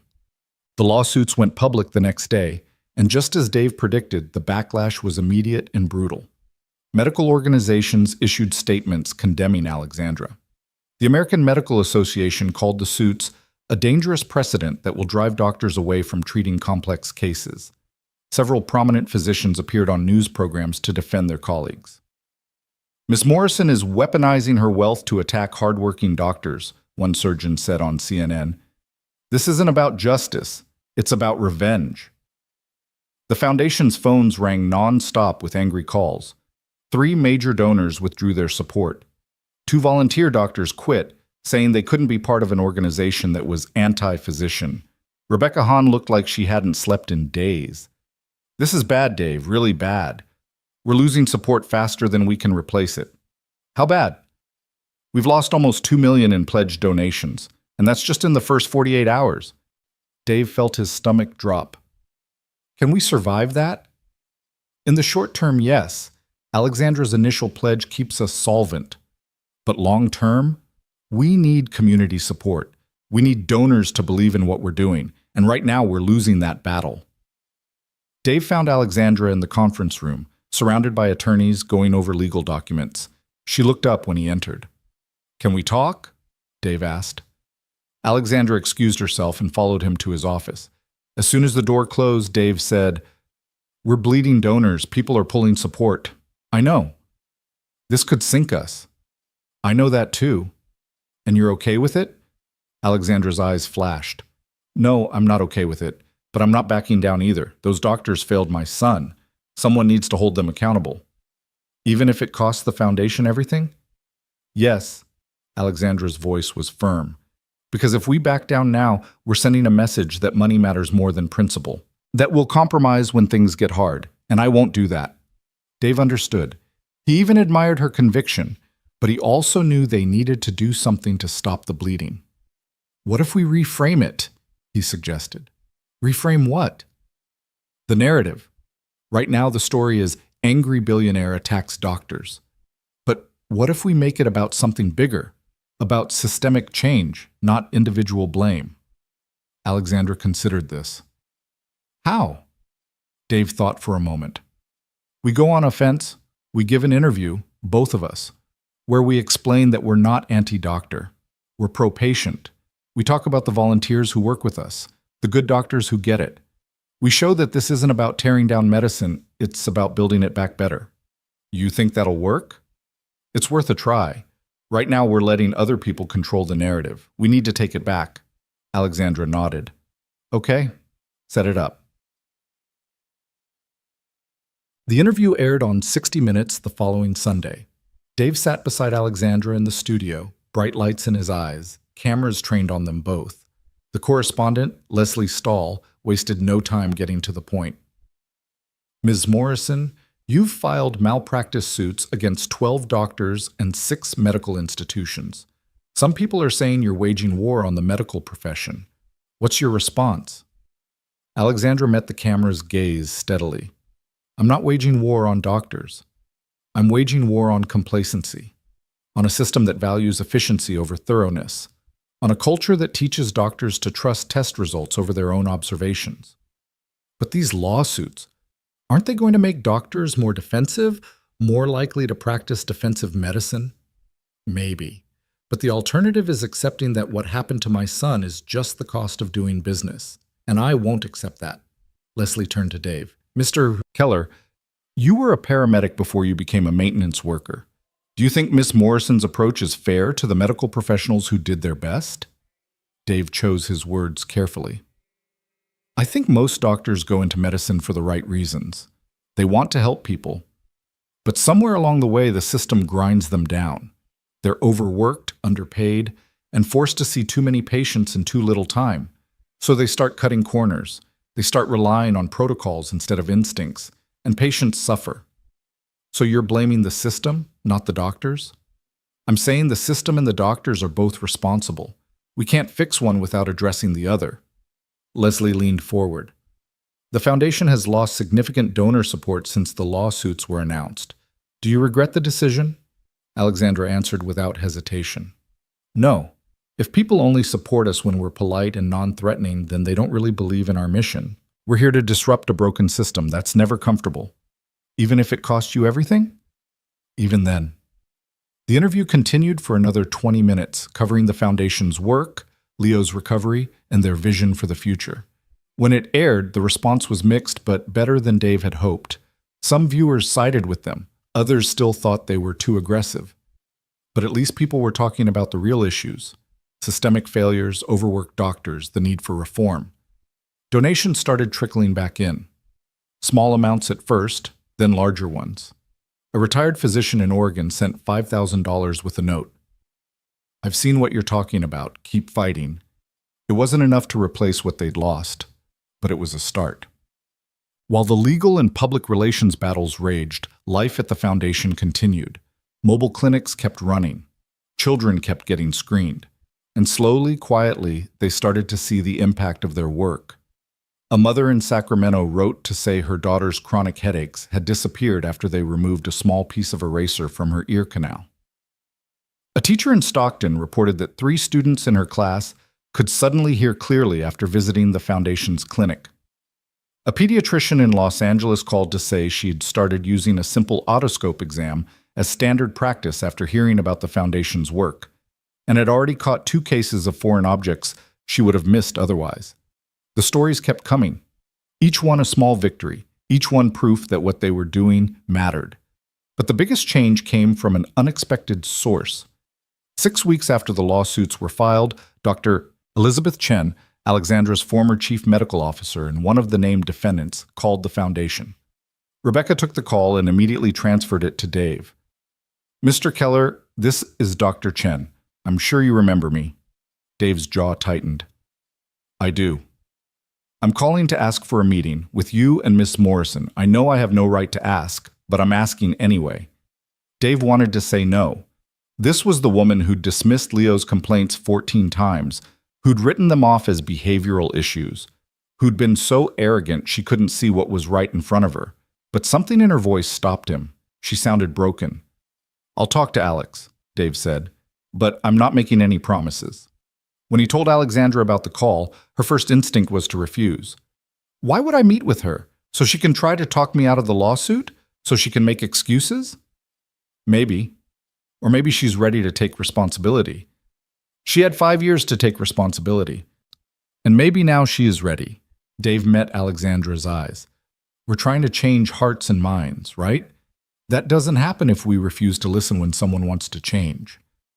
Alexandra was silent for a long moment. Finally, she said, "Fine, set it up, but you're coming with me." Wouldn't miss it. They met at a coffee shop in downtown Palo Alto, neutral territory. Dr. Chen arrived early, already seated at a corner table when Dave and Alexandra walked in. She stood when she saw them, her face pale, hands trembling slightly. "Thank you for coming," Dr. Chen said. Alexandra didn't sit down immediately. She just stood there, staring at the woman who'd failed her son. "You have 5 minutes," Alexandra said coldly. Dr. Chen nodded. "I deserve that." She gestured to the chairs. "Please, sit." They sat. Dave positioned himself slightly between the 2 women, ready to intervene if things got heated. Dr. Chen took a breath. "I've spent the last 6 weeks thinking about Leo, about every examination I did, every note I wrote, every time he pointed to his ear and I dismissed it as frustration. And," Alexandra's voice was ice, "and you were right, about everything. I failed him.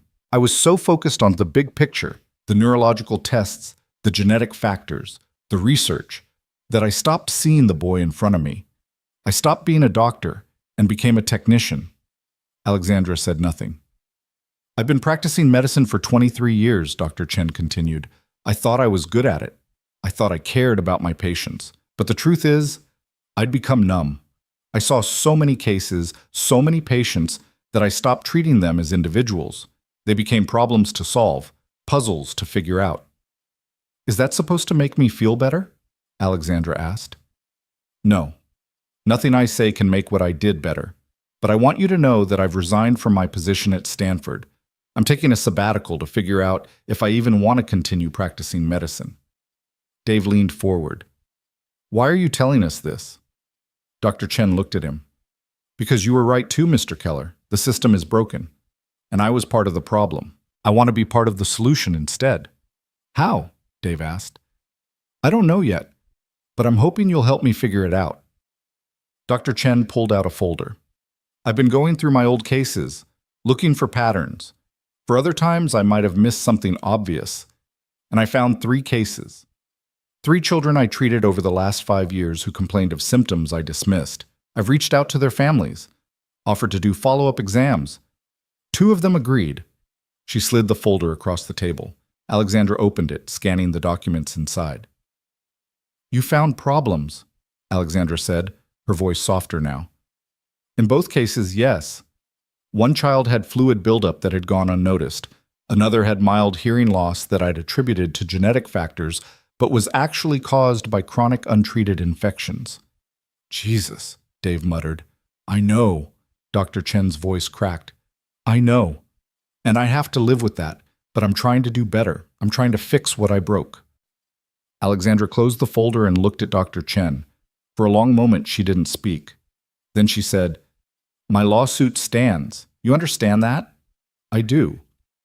But if you're serious about changing, about being part of the solution, then the foundation could use someone with your experience, someone who knows how the system works and where it's failing. Dr. Chen's eyes widened. You're offering me a job? I'm offering you a chance to prove you meant what you said, to help us train other doctors, to teach them not to make the mistakes you made. Alexandra's voice was firm. But if you screw this up, if you fall back into old patterns, I will personally make sure you never practice medicine again. Are we clear? Crystal clear. Then welcome to the team. Dr. Chen's addition to the foundation changed the dynamic in unexpected ways. She brought credibility they hadn't had before. A respected physician publicly admitting she'd been wrong and working to fix it. Medical organizations that had condemned them suddenly became more willing to listen. More importantly, she brought insight into how to reach other doctors. She developed training programs that didn't just teach techniques, but forced physicians to confront their own biases and blind spots. The problem isn't that doctors don't know how to examine a patient, Dr. Chen explained during one training session Dave observed. The problem is that we've been trained to trust technology over observation, to value data over instinct. We need to relearn how to see. The training sessions were intense. Doctors were presented with case studies, including Leo's, and asked to identify where the system had failed. Some got defensive. Others broke down in tears, recognizing their own mistakes in the examples. But slowly, minds began to change. A pediatrician from San Francisco took the training and went back to her practice, where she immediately found a small toy lodged in a 3-year-old's ear, something she admitted she would have missed before. An ENT specialist in Sacramento redesigned his examination protocol after attending one of Dr. Chen's workshops. Word spread. More doctors signed up for training. The foundation's mobile clinics started getting volunteers from the very institutions that had initially condemned them. Dave watched it all unfold with a mixture of pride and disbelief. They were actually doing it, actually changing minds. But he also saw the toll it was taking on Alexandra. She was working 16-hour days, running on coffee and determination. The lawsuits were draining her emotionally, even as she insisted they were necessary. And Leo was still struggling to adjust to his new reality. One evening, after everyone else had gone home, Dave found Alexandra in her office, staring at her laptop screen with glazed eyes. You need to go home, Dave said. I'm fine. You're not fine. You're running yourself into the ground. Alexandra looked up at him. I can't stop, Dave. The moment I stop, I'll think about all the time I wasted, all the years Leo suffered while I threw money at the wrong solutions. If I keep moving, I don't have to think about it. Dave sat down across from her. You're allowed to grieve, Alex. For the time you lost. For the mistakes you made. You're allowed to be human. Being human doesn't change anything. No, but it keeps you sane. Dave leaned back in his chair. You want to know what Sarah used to tell me when I got like this? When I'd work myself to exhaustion trying to save everyone? What? She'd say, you can't pour from an empty cup. I never understood what she meant until after she died, but she was right. If you don't take care of yourself, you'll have nothing left to give. And Leo needs you whole, not burnt out. Alexandra's eyes filled with tears. I don't know how to do this, Dave. I don't know how to be enough for him. He's struggling at school. He's overwhelmed all the time, and I don't know how to help him. All the money in the world, and I still can't fix this. You can't fix it because it's not about fixing. It's about being there. Showing up, listening. That's all any parent can do. What if it's not enough? Then it's not enough. But it's better than running yourself into the ground trying to be perfect. Alexandra wiped her eyes. How did you get so good at this? Practice. And a lot of therapy. Dave smiled. Seriously, Alex. Take tomorrow off. Spend the day with Leo. Let Rebecca and Dr. Chen and me handle things for once. The foundation won't collapse if you take a break. Promise? Promise. Alexandra nodded. Okay, one day. But that's it. We'll see. The next day, Alexandra did something she hadn't done in months. She turned off her phone. She and Leo spent the entire day together, just the two of them. They went to the park. They got ice cream. They sat by the bay and watched the boats. Leo was quieter than usual, his headphones on for most of the day. But when they sat down on a bench overlooking the water, he pulled them off. Mom? Yeah, baby? Do you wish I'd stayed deaf? Alexandra's breath caught. What? No, why would you think that? Leo shrugged. Because when I was deaf, you didn't have to worry about me so much. You knew how to help me, but now you don't know what to do. Alexandra felt like she'd been punched. Leo, I never knew what to do. I was just pretending. And I'm sorry if I made you feel like I wished you were different. I don't. I'm learning too, just like you are. It's hard, Mom, hearing everything. People are so loud and mean, and I don't know how to make it stop. I know, baby. I know. Alexandra pulled him close. But you don't have to do it alone. We'll figure it out together. You and me and Dave and Ethan. We're a team now. Leo leaned against her. I like Dave. He doesn't treat me like I'm broken. You're not broken. You never were. Then why did you try to fix me for so long? The question hung in the air, heavy and true. Alexandra didn't have a good answer. She'd spent 10 years trying to make Leo hear because she thought that's what he needed, because society told her deafness was something to overcome, because she'd been so focused on the solution that she'd forgotten to ask if Leo even wanted to be fixed. I'm sorry, Alexandra whispered.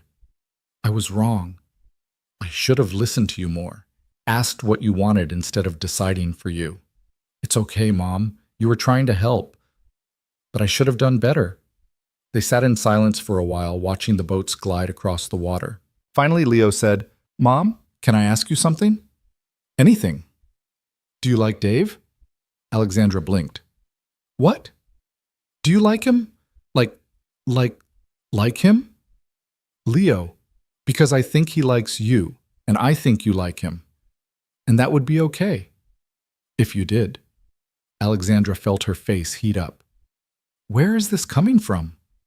You smile more when he's around, and you look at him the way other moms look at their husbands. Ethan noticed too. Ethan, you two have been talking about this? Leo grinned. Maybe. Alexandra didn't know whether to laugh or cry. Leo, Dave and we're colleagues, friends. That's all. But you could be more. It's complicated. Why? Because Alexandra searched for the right words. Because his wife died, and he's still healing, and I don't want to complicate his life. But what if he wants it to be complicated? What if he likes you too? Alexandra looked at her son, at his hopeful expression, and felt something shift in her chest. When had he gotten so perceptive? When had he started caring about her happiness instead of just his own? I'll think about it, Alexandra said finally. Good. Because you deserve to be happy, Mom. And so does Dave. And I think you'd make each other happy. Alexandra hugged him tight.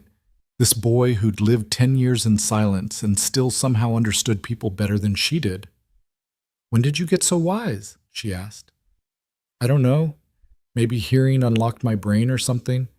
Alexandra laughed, and for the first time in months, it felt real. That night, after dropping Leo off at home, Alexandra found herself driving to Dave's house.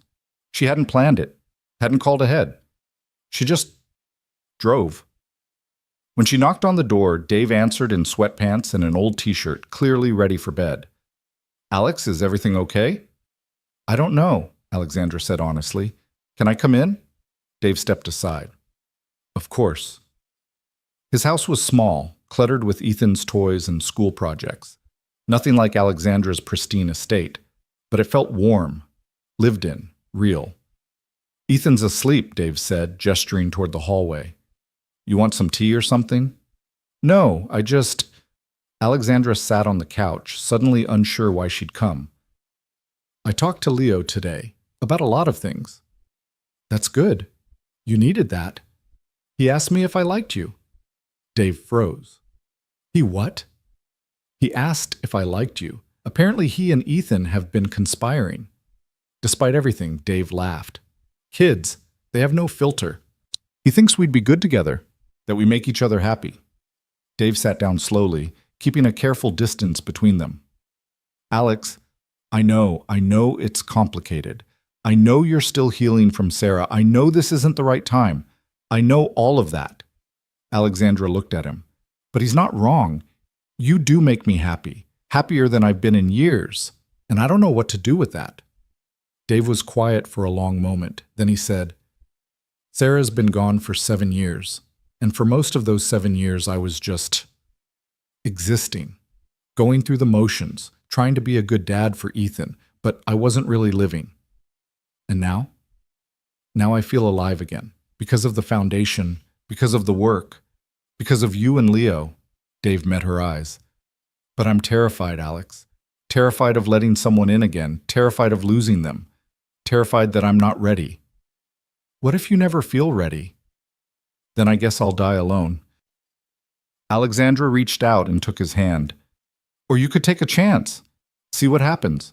No pressure, no expectations, just see." Dave looked down at their joined hands. He thought about Sarah, about the life they'd built together, about the promise he'd made to her in the hospital, knowing she was dying. "I'll take care of Ethan. I'll be okay. I promise." He'd kept half that promise. He'd taken care of Ethan. But he hadn't been okay. Not really. Maybe it was time to try. "Okay," Dave said quietly. "Let's see." Alexandra smiled, and in that moment something shifted between them. Not love, not yet, but the possibility of it. The beginning of something neither of them had expected, but both desperately needed. They sat on the couch for another hour, talking about everything and nothing, about their fears and hopes, about the foundation and their children, about the future they were building together, one day at a time. When Alexandra finally left, Dave stood in the doorway and watched her drive away. For the first time since Sarah died, he felt something other than grief when he thought about the future. He felt hope, and that was enough. The weeks that followed Alexandra's late-night visit brought a shift so subtle that at first, neither Dave nor Alexandra acknowledged it out loud. But it was there in the small moments, the way their hands would brush when passing documents, the way Alexandra's eyes would seek him out across crowded rooms, the way Dave found himself checking his phone, hoping for her messages. They were careful. Neither wanted to rush into something that could complicate their work or hurt their children. But the pull was undeniable, and both Leo and Ethan noticed long before the adults were ready to admit anything had changed. "Dad's smiling more," Ethan observed one morning while Dave made breakfast. "Like, a lot more." "I smile," Dave protested, flipping pancakes. "Not like this. This is different. This is like when you look at pictures of Mom and you're remembering the good stuff instead of being sad." Dave paused, spatula in midair. His son was 7 years old and already more perceptive than most adults. "I'm just happy with the work we're doing. The foundation's making a real difference." "Uh-huh. And Ms. Morrison has nothing to do with it? When did you get so nosy?" Ethan grinned. "Leo and I made a bet. I said you'd ask her out by Christmas. He said Valentine's Day. So really, it's in your best interest to prove me right. You two are trouble. We're helpful. There's a difference." Despite himself, Dave laughed. Maybe the kids were onto something. Maybe it was time to stop pretending this was just a professional relationship. But before Dave could figure out what to do about his feelings, the foundation faced its biggest challenge yet. It started with a phone call to the foundation's hotline. A mother from Fresno named Maria Gonzalez had seen the mobile clinic schedule and noticed they weren't planning to visit her area. She called, desperate, explaining that her 14-year-old daughter, Sophia, hadn't been able to hear properly for 2 years. "The doctors say it's genetic," Maria explained. her voice breaking. They say there's nothing they can do, but I see how she holds her head like something hurts. And I remember that boy, Leo Morrison, how everyone said his deafness was genetic too. Please, can someone just look? Rebecca brought the call to Dave's attention.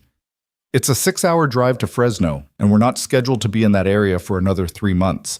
But something about this mother's voice. Dave listened to the recording. He heard the desperation, the same tone he'd heard in Alexandra's voice that first day when she'd begged him to stay and make sure Leo was okay. I'll go, Dave said. Dave, you can't personally respond to every call. We'd need to send a full team, get the mobile unit. Then we do that. We make room in the schedule. Isn't this exactly why we started the foundation, for kids like Sophia? Rebecca sighed. You're right. I'll call the mother back and set something up for this weekend. But when Rebecca called Maria back, there was a problem. Sophia had suddenly taken a turn for the worse. She was running a fever, complaining of severe pain, and had become disoriented. The local ER sent her home, Maria sobbed.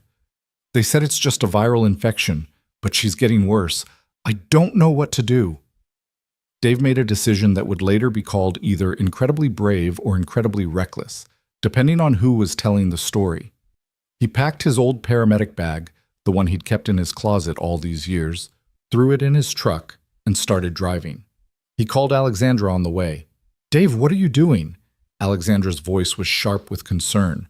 You can't just drive 6 hours to examine a patient. You're not licensed. If something goes wrong, then something goes wrong. But I can't sit here knowing a kid is suffering when I might be able to help. Dave, Alex, if this was Leo, what would you want someone to do? Silence on the other end. Then, I'm coming with you. You don't have to. I know, but I'm coming anyway. Pick me up in 10 minutes. They drove through the night, the highways mostly empty, the truck's headlights cutting through darkness. Alexandra brought coffee and sandwiches, though neither of them ate much. They were both too anxious. Tell me about Sarah, Alexandra said somewhere around hour 3, when the silence had become too heavy.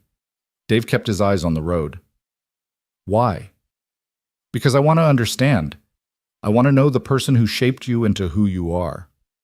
Dave was quiet for so long that Alexandra thought he might not answer. Then he said, she was a fighter, the kind of person who saw someone in trouble and ran toward them instead of away. She taught 3rd grade, but on weekends she volunteered with the fire department. She was fearless. You loved her very much. I did. I do. Dave's hands tightened on the wheel. People think grief fades over time, but it doesn't. It just changes shape. Some days I can think about her and smile. Other days it hits me like it just happened, like I'm getting that phone call all over again. What did they tell you when they called? They said there'd been an incident at a concert, mass casualties, that Sarah had been transported to University Medical Center and I needed to get there immediately. Dave's voice was flat, emotionless, the tone of someone reciting facts to avoid feeling them. By the time I got there, she was in surgery. They'd found her under 2 other people who'd been trying to shield her. She'd been shot 3 times, chest, abdomen, and shoulder. Alexandra reached over and placed her hand on his arm. She made it through surgery, Dave continued. The doctors said it was touch and go, but she was stable. I sat with her in ICU for 6 hours. She was unconscious, on a ventilator, but she was alive. I kept thinking she'd pull through. She was tough. She always pulled through. But she didn't. No, her blood pressure dropped suddenly around 3 a.m. Internal bleeding they'd missed. They rushed her back to surgery, but Dave trailed off. The surgeon told me they'd done everything they could. I didn't believe him. I knew those doctors. I'd worked with some of them. I kept thinking if I'd been there, if I'd been the one treating her, I would have seen something they missed.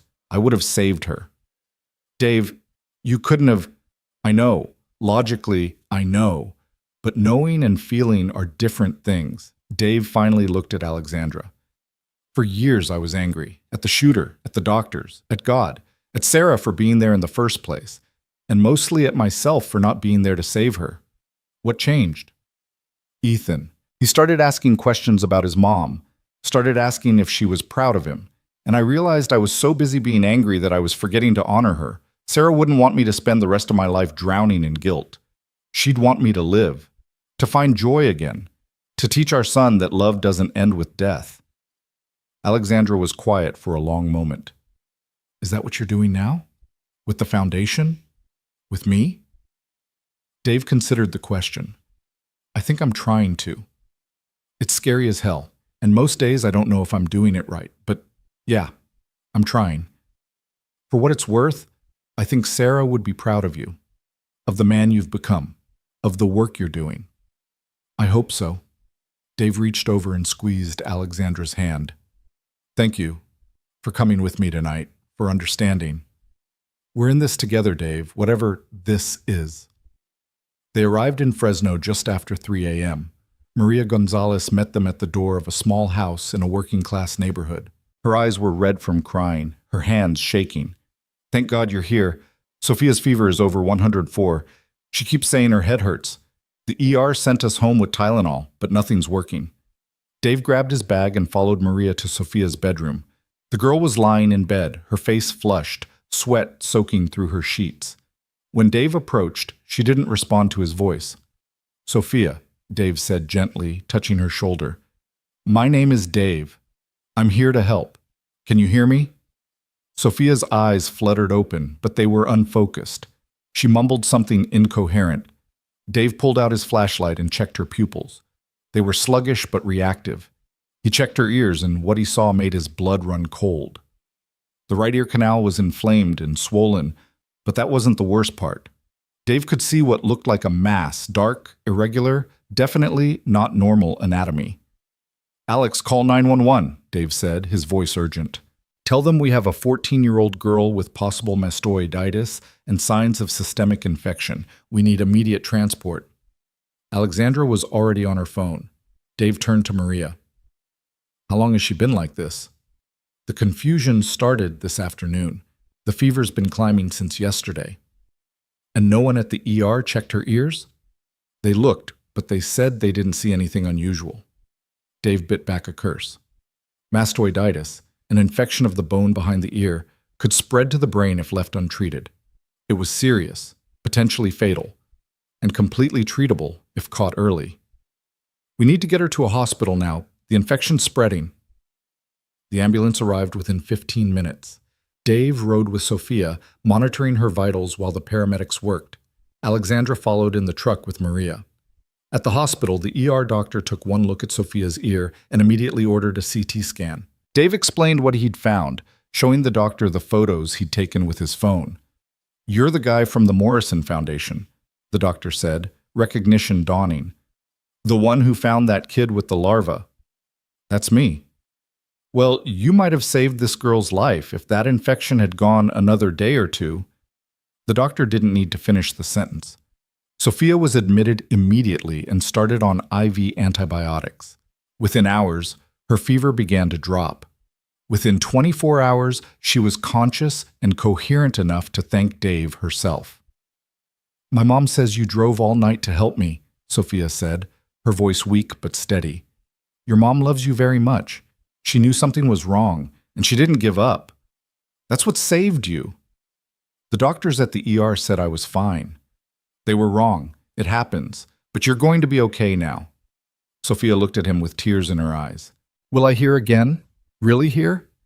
The infection damaged some of the structures in your ear, but the doctors here are confident you'll regain most of your hearing once the inflammation goes down. It'll take time and probably some therapy, but yes, you'll hear. Sophia started crying.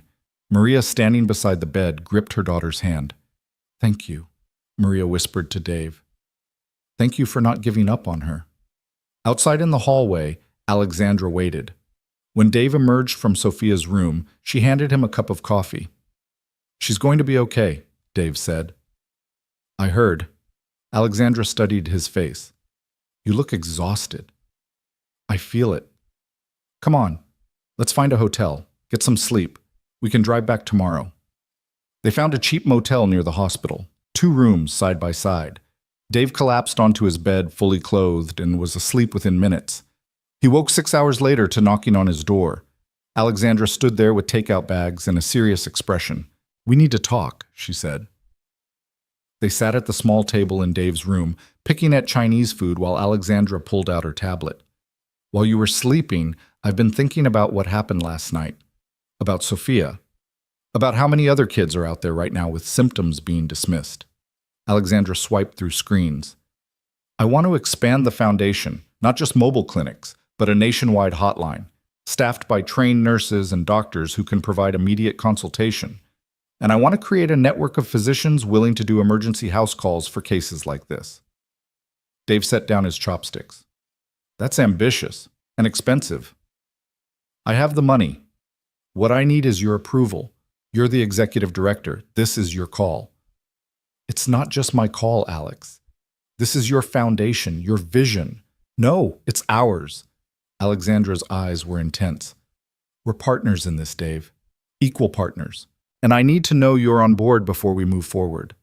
Dave thought about Sophia, about how close she'd come to dying because no one took her mother's concerns seriously. He thought about all the other children out there, suffering right now because the system was too broken to catch them. I'm on board, Dave said. Let's do it. Alexandra smiled. Good.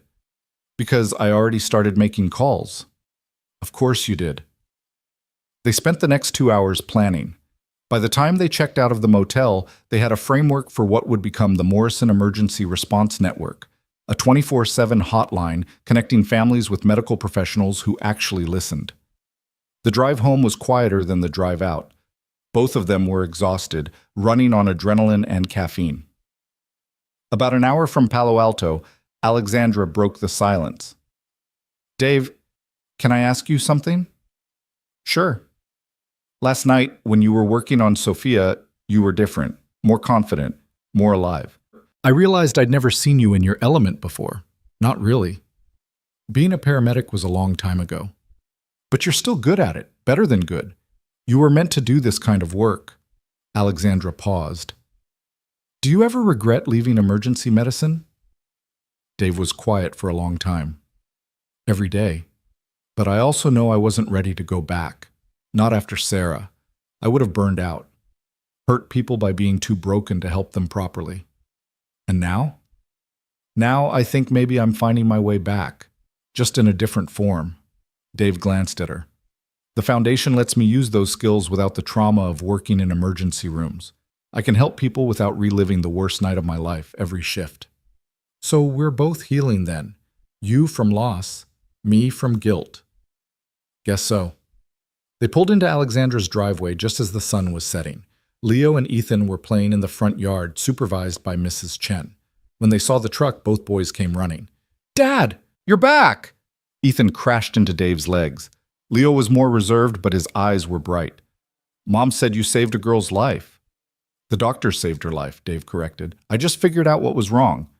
That's still saving her, Leo insisted.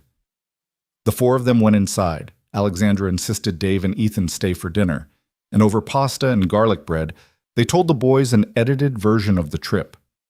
So you just drove there? In the middle of the night? Ethan's eyes were wide. Sometimes that's what you have to do, Dave said. When someone needs help, you help. That's it. Like a superhero, Ethan said. More like a person doing what's right. After dinner, while the boys played video games in the living room, Dave and Alexandra sat on the back patio, watching the sky fade from orange to purple. I've been thinking, Alexandra said softly, about what Leo said, about us. Dave's heart rate kicked up. Yeah. I think I'm ready to try this, whatever this is. Alexandra turned to face him. I know it's complicated. I know we're business partners.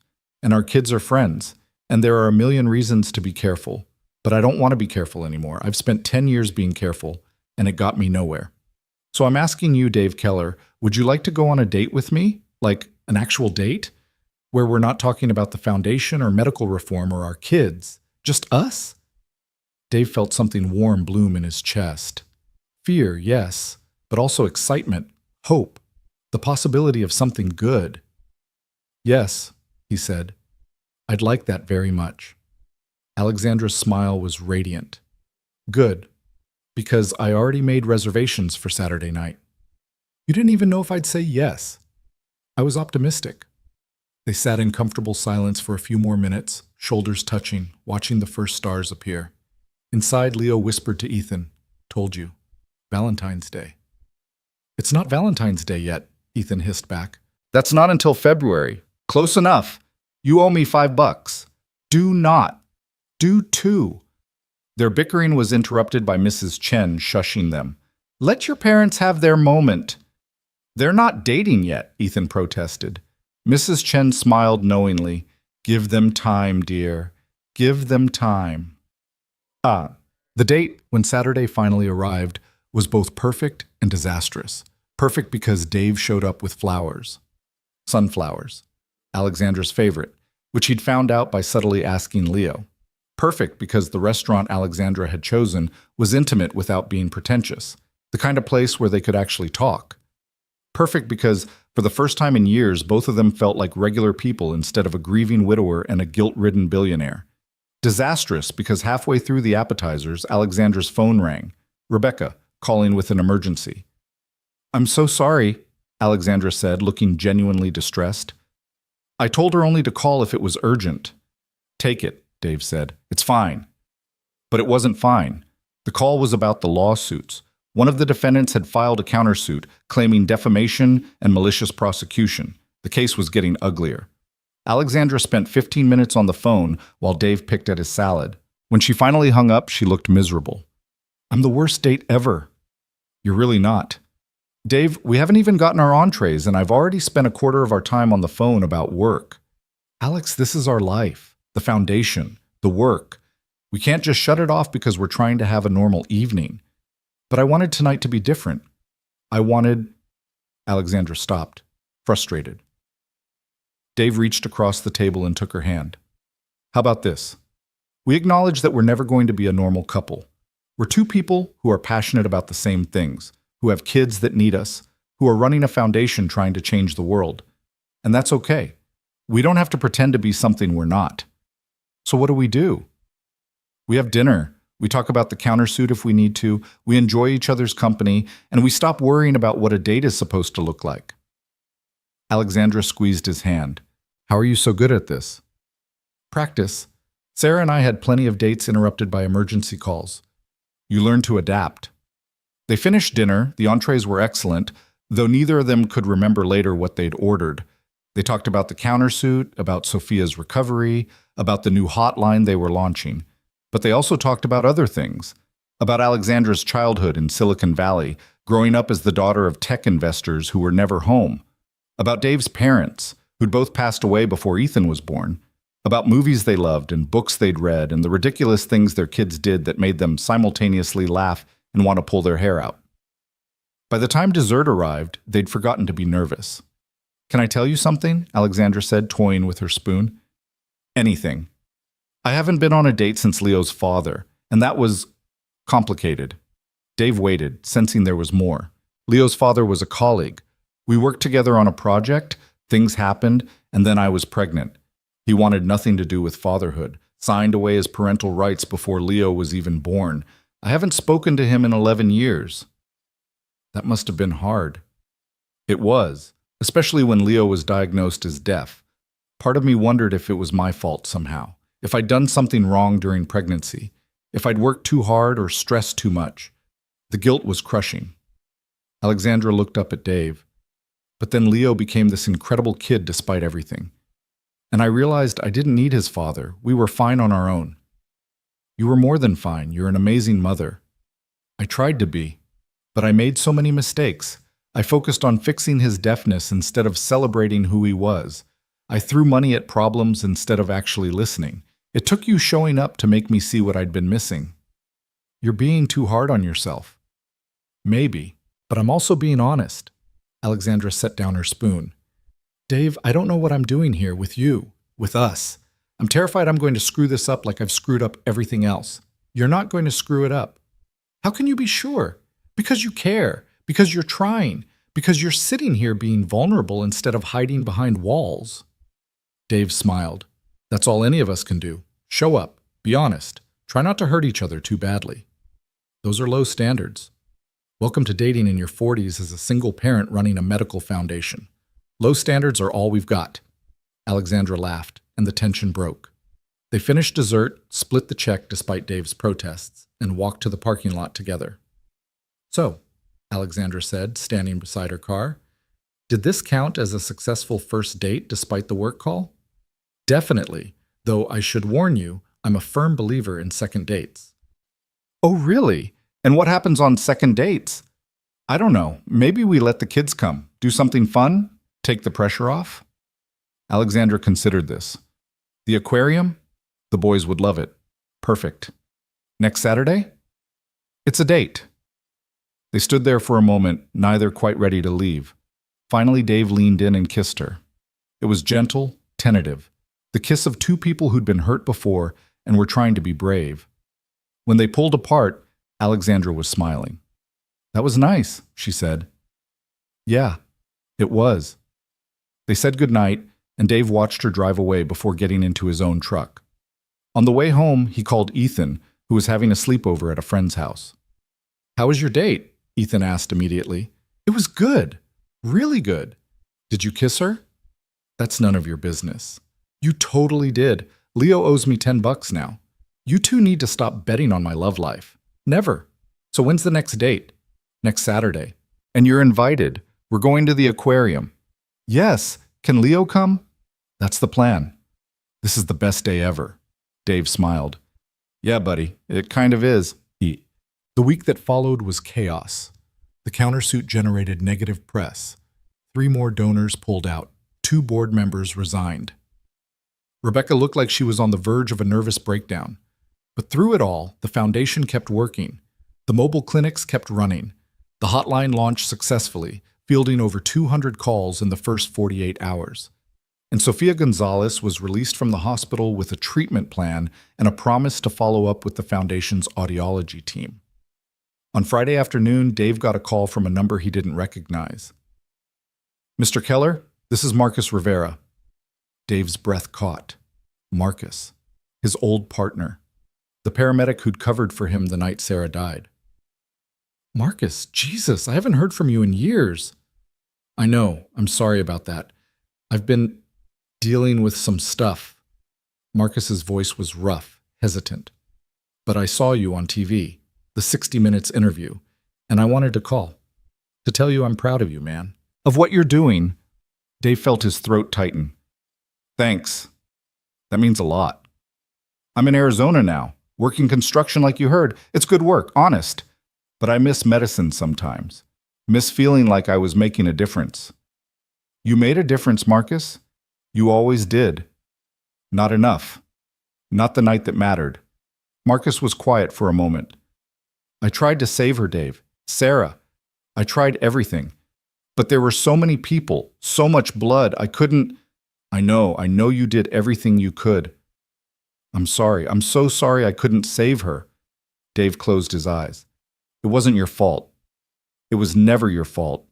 You were a hero that night, Marcus. You saved lives. Just because you couldn't save everyone doesn't mean you failed."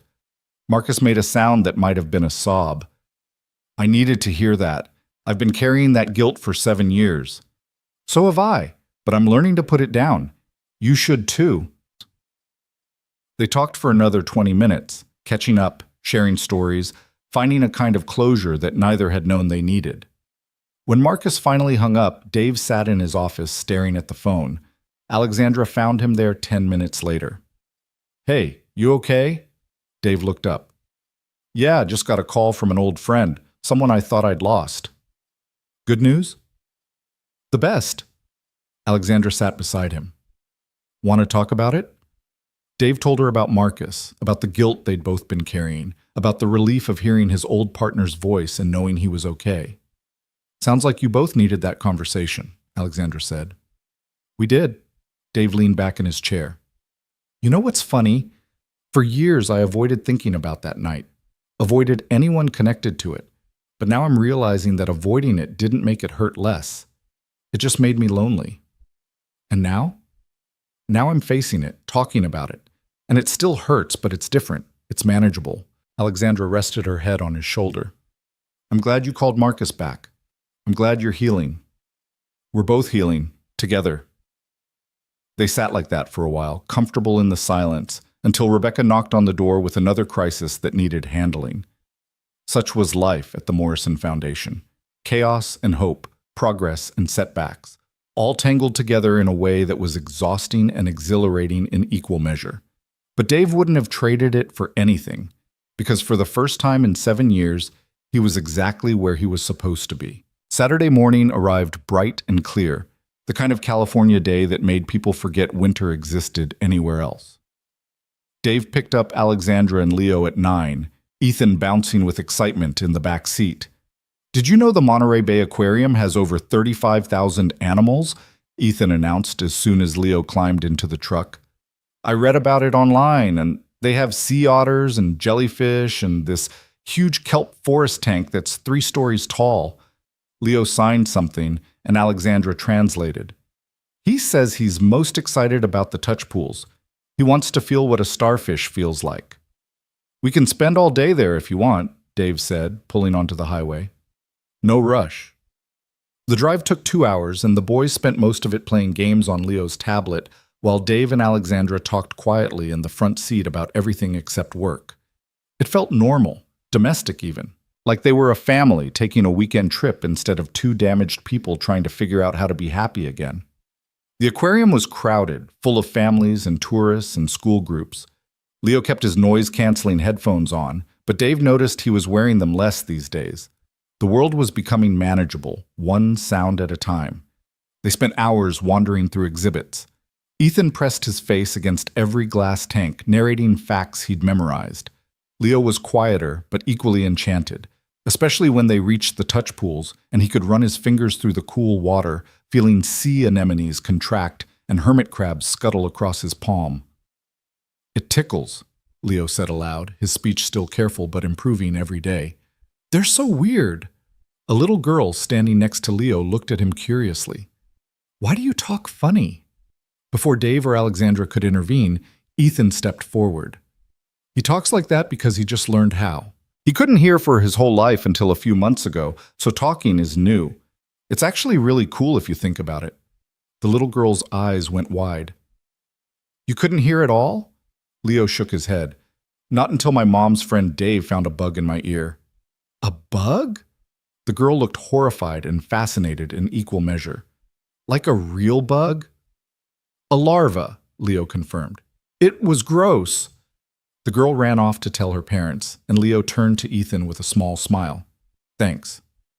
"That's what friends do," Ethan said simply. "We've got each other's backs." Dave felt Alexandra's hand slip into his, and when he looked at her, there were tears in her eyes. "They're good kids," Dave whispered. "The best," Alexandra agreed. They ate lunch in the aquarium's cafe, the boys debating which sea creature would win in a fight, while Dave and Alexandra watched with amusement. "Octopus, definitely," Ethan insisted. 8 arms. They can change color. They're basically ninjas. "But sea turtles have shells," Leo countered. "They're protected. The octopus can't hurt them." "It doesn't need to hurt them. It just needs to outsmart them." "Since when is this about smarts? I thought we were talking about fighting." Dave leaned toward Alexandra. "This could go on for hours." "I know, it's perfect." After lunch, they visited the sea otter exhibit. The otters were putting on a show, diving and spinning and cracking open shells on their bellies. One particular otter kept returning to the glass where Leo stood, pressing its face close as if trying to get a better look at the boy. "I think he likes you," Alexandra said. Leo placed his hand on the glass, and the otter mirrored the gesture with its paw. For a moment, boy and animal stared at each other through the barrier, and Dave felt something profound in the exchange. 2 creatures learning to exist in a world that wasn't quite built for them, finding ways to adapt and thrive anyway. "Mom," Leo said quietly, not taking his eyes off the otter. "I'm glad I can hear now, even though it's hard sometimes." Alexandra knelt beside her son. "Yeah?" "Yeah. Because I wouldn't have heard Ethan standing up for me today, or the sound the sea anemones make when the water moves, or you laughing." Leo looked at her. "I like your laugh." Alexandra pulled him into a hug, and Dave had to look away, his own eyes stinging. They stayed until closing time, the boys exhausted but happy as they trudged back to the truck. Both fell asleep within minutes of hitting the highway, their heads tipped together like bookends. Today was perfect, Alexandra said softly, not wanting to wake them. It was. Dave, can I ask you something? When you think about the future now, what do you see? Dave considered the question carefully. 6 months ago, the future had been a gray blur, something to be endured rather than anticipated. But now? I see Ethan growing up, learning who he is. I see the foundation expanding, helping more kids. I see... He hesitated. I see you and Leo. I see us figuring this out together, whatever this becomes. And that doesn't scare you? It terrifies me, but it also makes me happy. And I haven't felt happy in a long time. Alexandra reached over and squeezed his knee. Me too. They drove in comfortable silence until Dave's phone rang. Rebecca's name flashed on the screen. I should probably take this, Dave said apologetically. Go ahead. Dave answered on speakerphone. Hey, Rebecca, what's up? Dave, I'm so sorry to call on your day off, but we just got some news. The countersuit was dropped. Dave nearly swerved. What? Dr. Chen. She reached out to her former colleagues, had some frank conversations about what happened with Leo and what we're trying to accomplish. She convinced 3 of the defendants to drop out of the countersuit. Without them, the case fell apart. That's incredible. It gets better. 2 of those doctors want to join our training program. They said if they'd failed Leo that badly, they needed to learn how to do better. Dave looked at Alexandra, who had tears streaming down her face.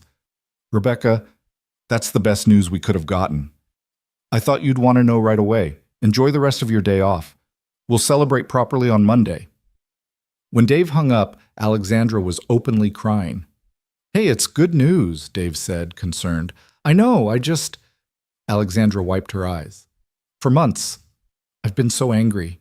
At the doctors, at the system, at everyone who failed Leo. And now some of them are actually trying to change. To be better. It feels like maybe we're actually making a difference. We are making a difference. Every day. Alexandra laughed through her tears. Look at us. Can't even take a day off without work finding us. Told you we'd never be a normal couple. Good. Normal is overrated. The following week brought more changes. The story about the dropped countersuit made national news, framing it as a victory for patient advocacy and medical reform. Donations started pouring in again, not just from wealthy benefactors, but from regular people sending $20, $50, whatever they could spare, with notes that said things like, "Thank you for fighting for our kids," and "My daughter was misdiagnosed for years. I wish you'd been around then." The foundation's hotline was overwhelmed with calls. Rebecca hired more staff to handle the volume. Dr. Chen's training programs expanded to 5 cities. The mobile clinics added 3 more units to their fleet. But the biggest change came from an unexpected source. 2 weeks after the aquarium trip, Dave got a call from Marcus Rivera. I've been thinking, Marcus said without preamble, about what you said, about making a difference. Yeah? I want to come back. Not to emergency medicine. I don't think I can handle that yet. But maybe I could work with your foundation.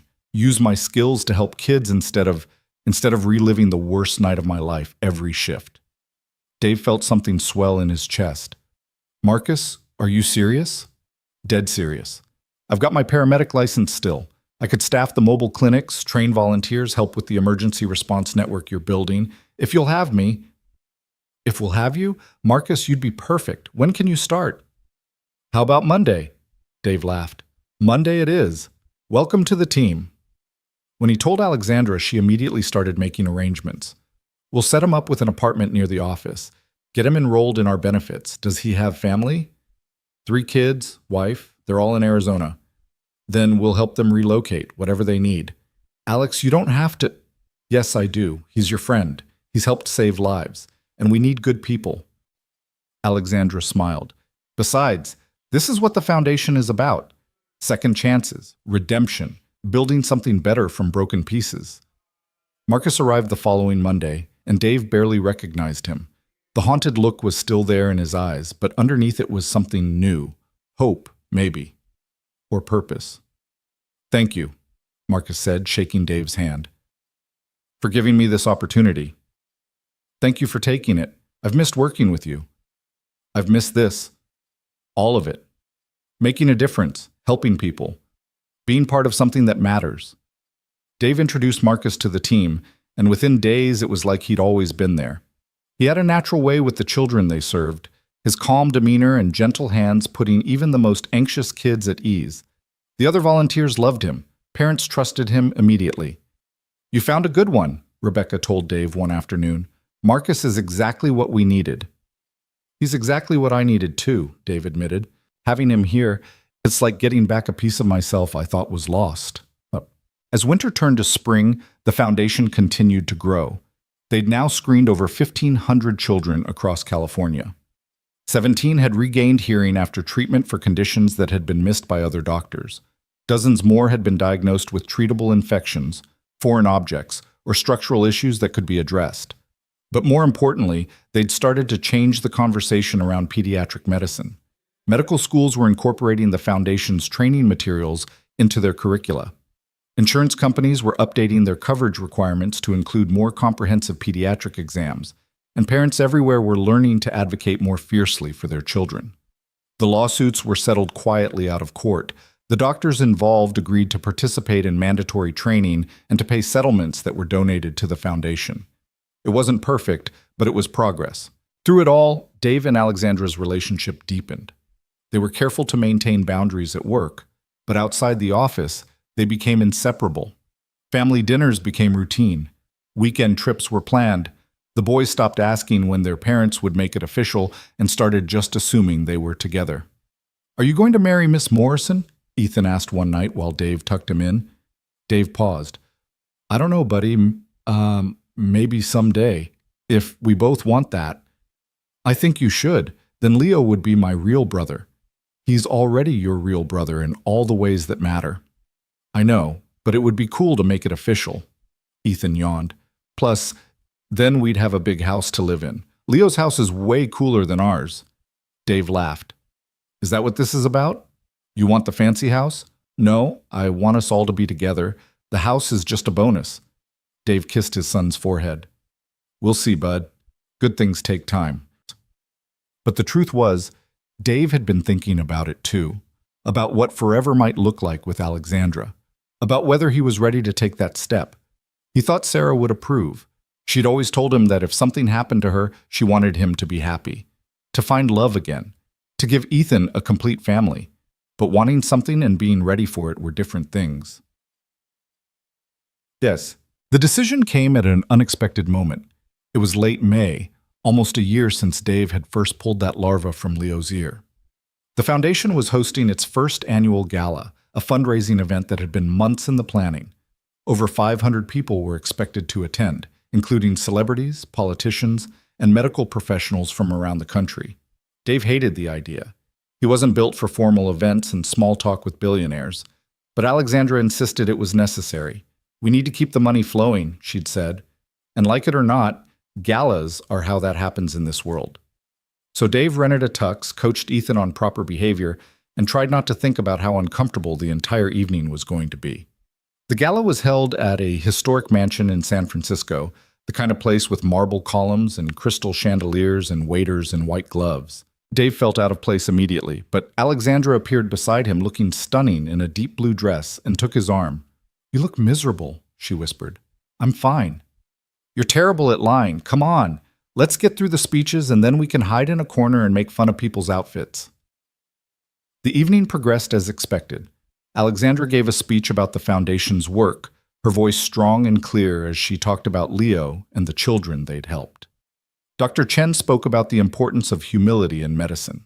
Marcus shared his story about leaving emergency medicine and finding purpose again. And then, unexpectedly, Leo took the stage. Dave hadn't known this was planned. From the look on Alexandra's face, neither had she.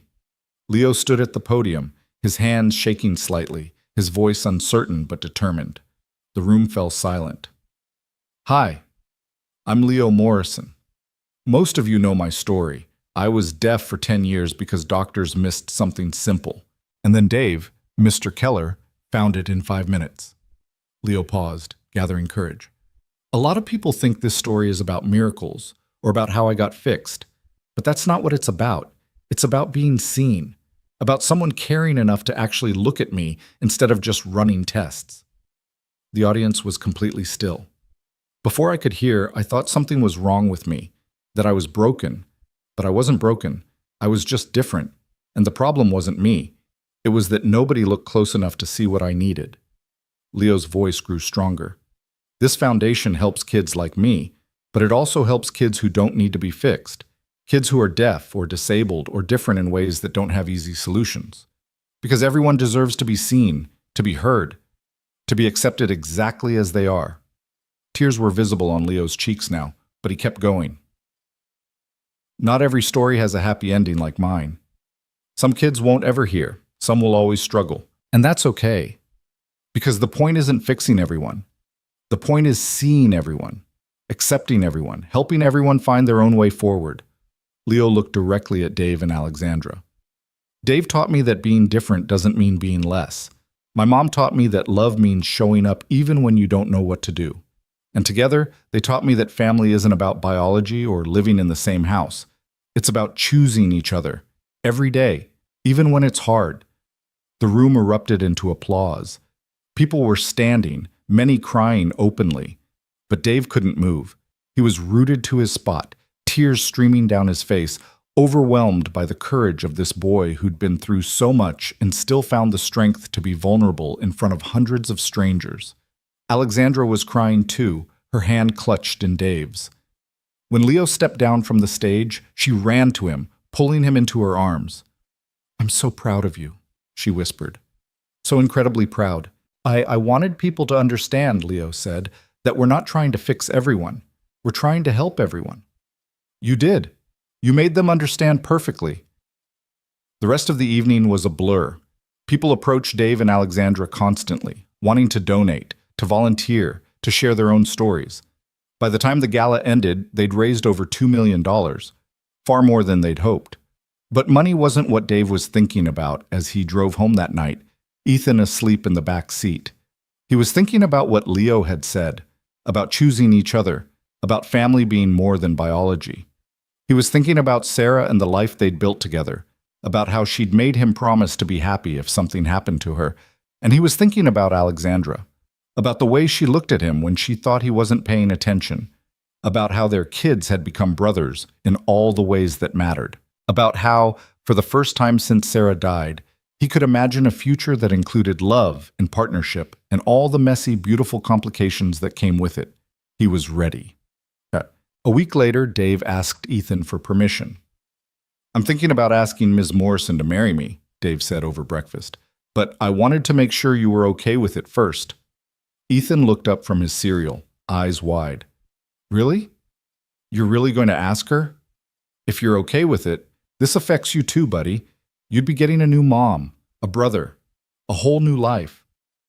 "Would we live in the big house?" Dave laughed. "I don't know. We'd figure that out together. But that's not what I'm asking. I'm asking if you'd be okay with me marrying her, with us becoming a family." Ethan was quiet for a long moment. Then he said, "Will you stop being sad?" Dave's breath caught. "What?" "When you talk about Mom, you get sad.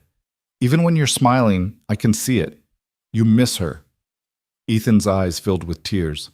"I miss her too, but I don't want you to be sad forever. I want you to be happy. And Ms. Morrison makes you happy. I can tell." Dave pulled his son into a hug, his own tears falling freely now. "You're right. She does make me happy. And marrying her doesn't mean I love your mom any less. It just means I'm ready to love someone else too. Is that okay?" "Yeah, Dad, it's okay. I think Mom would want you to be happy too." "I think you're right." "So can I be in the wedding?" Dave laughed through his tears. "Absolutely. You and Leo both." "Yes." "Wait until Leo finds out. He's going to freak out." "Well, I have to actually propose first, and she has to say yes. She'll say yes, she loves you. Anyone can see that." Dave planned the proposal carefully, with input from both boys. They decided on a place that meant something to all of them, the Foundation's first mobile clinic location in East Palo Alto, where they'd helped Maria and her children almost a year ago.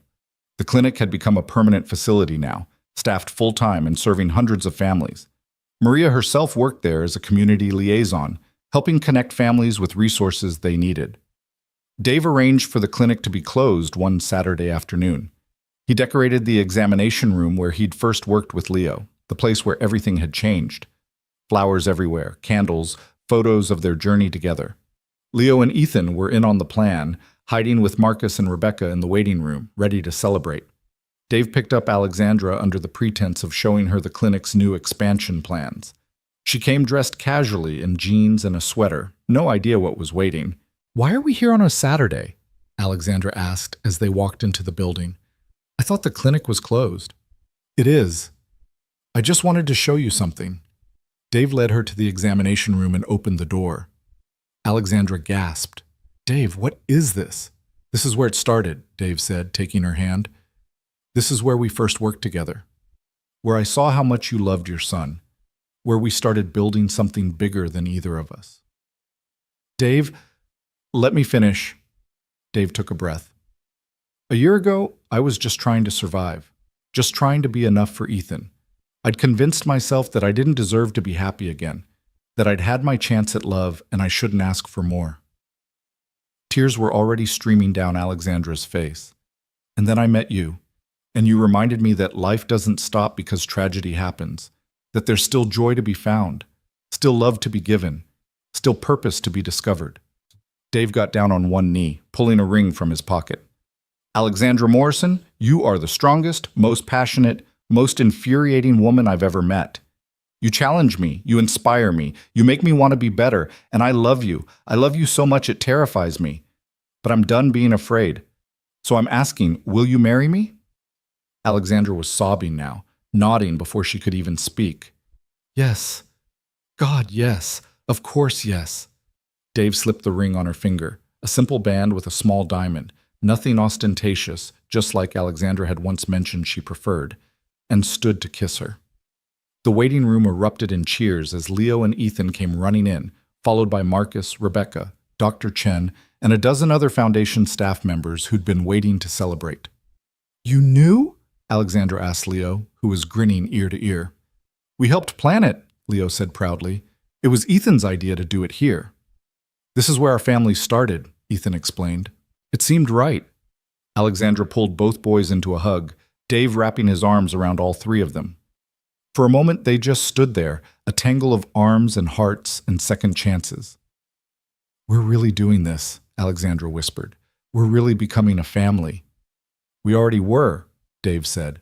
"We're just making it official." The wedding was small and intimate, held 6 months later in Alexandra's backyard with only close friends and family attending. Leo and Ethan were co-best men, wearing matching suits and taking their duties very seriously. Maria and her family came, as did Marcus and his wife and kids. Dr. Chen was there, along with Rebecca and the core Foundation staff. Sarah's parents came too, at Dave's invitation. They'd been hesitant at first, worried that attending might feel like a betrayal of their daughter's memory. But Dave had insisted. "Sarah would want you here," he'd told them. "She'd want to see that Ethan has family, that we're all moving forward together." They'd come, and when Dave saw Sarah's mother crying during the ceremony, he'd mouthed "thank you" to her. She'd nodded, smiling through her tears. The ceremony itself was simple. Dave and Alexandra had written their own vows, promising not perfection, but presence. Not to fix each other, but to see each other. Not to forget the past, but to build a future worthy of the people they'd lost and the people they'd become. "I can't promise I won't mess this up sometimes," Alexandra said, her voice shaking. "I can't promise I won't work too much or get too focused on solving problems. But I promise to show up, to try, to love you and Ethan with everything I have, to build a family that honors both where we've been and where we're going. And I promise," Dave said, "to be patient with your ambitious projects and your 3 a.m. brainstorming sessions, to support your dreams even when they scare me, to be the partner you deserve and the father our boys need, to love you not despite our complicated history, but because of it. Because we've both been broken, and we're choosing to be whole together." When they kissed, Leo and Ethan cheered the loudest. The reception was filled with stories. Marcus told tales of Dave's early days as a paramedic, making everyone laugh with stories of Dave's terrible coffee habit and his uncanny ability to calm panicking patients. Rebecca shared about the foundation's early days when they were just a crazy idea and a lot of hope. Dr. Chen talked about how the foundation had changed her life, giving her a chance to be the doctor she'd always wanted to be. But the speech that mattered most came from Leo. "When I was deaf," he said, standing at his table with Ethan beside him, "I thought that was who I was, the deaf kid, the kid who needed fixing. But Dave and my mom taught me something. They taught me that who I am isn't about what I can or can't do. It's about who I choose to be, and I choose to be part of this family. I choose Ethan as my brother. I choose Dave as my dad." He looked at Dave, his eyes shining. "If that's okay with you?" Dave could barely see through his tears. He walked over to Leo and knelt down. "That's more than okay. I'd be honored to be your dad." Leo hugged him fiercely, and the whole reception erupted in applause. Later, as the sun set and the party wound down, Dave found himself standing at the edge of the property, looking out over the valley. Alexandra appeared beside him, her wedding dress glowing in the fading light. "What are you thinking about?" she asked. "Everything. Nothing. How a year ago I was fixing a boiler and now I'm married to a billionaire and running a medical foundation." Alexandra laughed.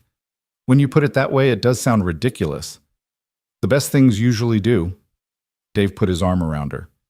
"I was also thinking about Sarah, about how she'd love this, how she'd love you and Leo, how she'd be so happy that Ethan has a family again. Do you think she'd approve?" "I know she would. She always said that love isn't finite, that we don't have to stop loving people who are gone to love people who are here. She'd want this for us." Alexandra leaned into him. "I hope I can live up to that, to her memory, to everything she meant to you. You don't have to live up to anything. You just have to be you. That's all I need." They stood in comfortable silence, watching the last light fade from the sky. Tomorrow they'd start their honeymoon, a week in Hawaii with the boys, because neither could bear to be away from their kids for long. Next month they'd merge households, figuring out how to combine their lives into something new and whole. And after that, the foundation would continue growing, helping more children, changing more minds, building something that mattered. But tonight, in this moment, everything was perfect. "Thank you," Alexandra whispered. "For what?" "For seeing me. Really seeing me. Not the money or the success or the mistakes. Just me." Dave kissed the top of her head. "That goes both ways. Thank you for seeing me too." 1 year later, the Leo Morrison Foundation had expanded to 12 states. Over 5,000 children had been screened through their mobile clinics. 43 children had regained hearing or received treatment for conditions that had been previously missed. Hundreds more had been connected with resources, therapy, and support systems that changed their lives. The training programs had reached over 2,000 medical professionals, fundamentally changing how pediatric examinations were conducted across the country. Medical schools were incorporating the foundation's protocols into their standard curriculum. Insurance companies had updated their policies to require more comprehensive exams. And perhaps most importantly, the conversation had changed. Parents were advocating more fiercely for their children. Doctors were learning to listen. The system, slowly but surely, was becoming more human. Dave stood on stage at the Foundation's second annual gala, this time comfortable in his role as executive director, Leo and Ethan beside him in matching suits. 2 years ago, Dave said into the microphone, I was a maintenance worker who pulled a bug out of a kid's ear. I had no idea that moment would change my life, that it would lead to this foundation, this work, this family. He gestured to where Alexandra sat in the front row, her hand resting on her slightly rounded belly. They'd just found out they were expecting a baby girl, a surprise that had them both terrified and thrilled. But here's what I've learned, Dave continued. Every single one of us has the power to change someone's life. It doesn't take a medical degree or $1 billion or special skills. It just takes paying attention, caring enough to look beyond the obvious, seeing people as people, not problems to solve. Leo stepped forward to the microphone. His speech was clear now, barely distinguishable from any other child his age. Some of you know I was deaf for 10 years, but that's not my whole story. My whole story is about people who refused to give up on me, who saw me for who I was and who I could be. and now I get to help other kids feel seen too. Ethan added, "Our family's weird. We've got Dave, who used to be a paramedic but became a plumber but is now running a foundation. We've got Alexandra, who's a tech genius, and our mom. We've got Leo, who was deaf but now isn't. We've got me, who lost his first mom but got a new family. And soon we'll have a baby sister. But weird is good. Weird means we didn't give up when things got hard. Weird means we chose each other." The audience gave them a standing ovation. After the speeches, after the fundraising and the networking and all the necessary parts of running a foundation, Dave found himself on the balcony with Marcus, both of them escaping the crowd for a moment. "You did good, man," Marcus said, clinking his beer against Dave's. "You took your pain and turned it into something beautiful. Sarah would be so proud." "We did good," Dave corrected. "None of this happens without you, without all of us. Still, it's pretty amazing. 2 years ago we were both barely functioning, and now look at us." Dave looked back through the ballroom windows at Alexandra laughing with Dr. Chen, at Leo and Ethan playing with some of the other kids in attendance, at Rebecca coordinating what seemed like 100 things at once. "Yeah," Dave said softly. "Look at us." That night, after they'd gotten home and put the boys to bed, Dave and Alexandra sat on their bedroom balcony, looking out over the lights of Silicon Valley. "I've been thinking about names," Alexandra said, her hand on her belly. "For the baby?" What would you think about Sarah, for the middle name?" Dave felt his throat tighten. "Really? She's part of our story, part of who you are, which makes her part of who we are as a family. And I want our daughter to know about the woman who came before me, who loved you first, who gave you Ethan." Dave pulled Alexandra close. "That would be perfect.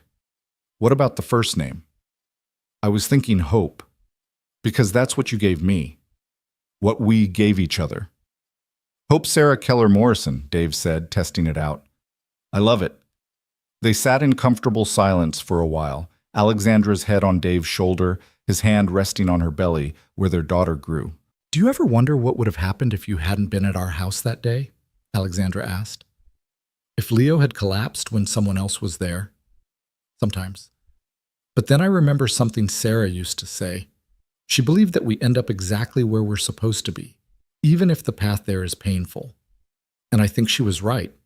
Everything that happened, losing her, those 7 years of grief, even fixing boilers, it all led me here. To you. To this family. To this work that matters. You really think it was meant to be? I think we make it mean something by choosing to show up, by choosing each other, by choosing to build something good from the broken pieces."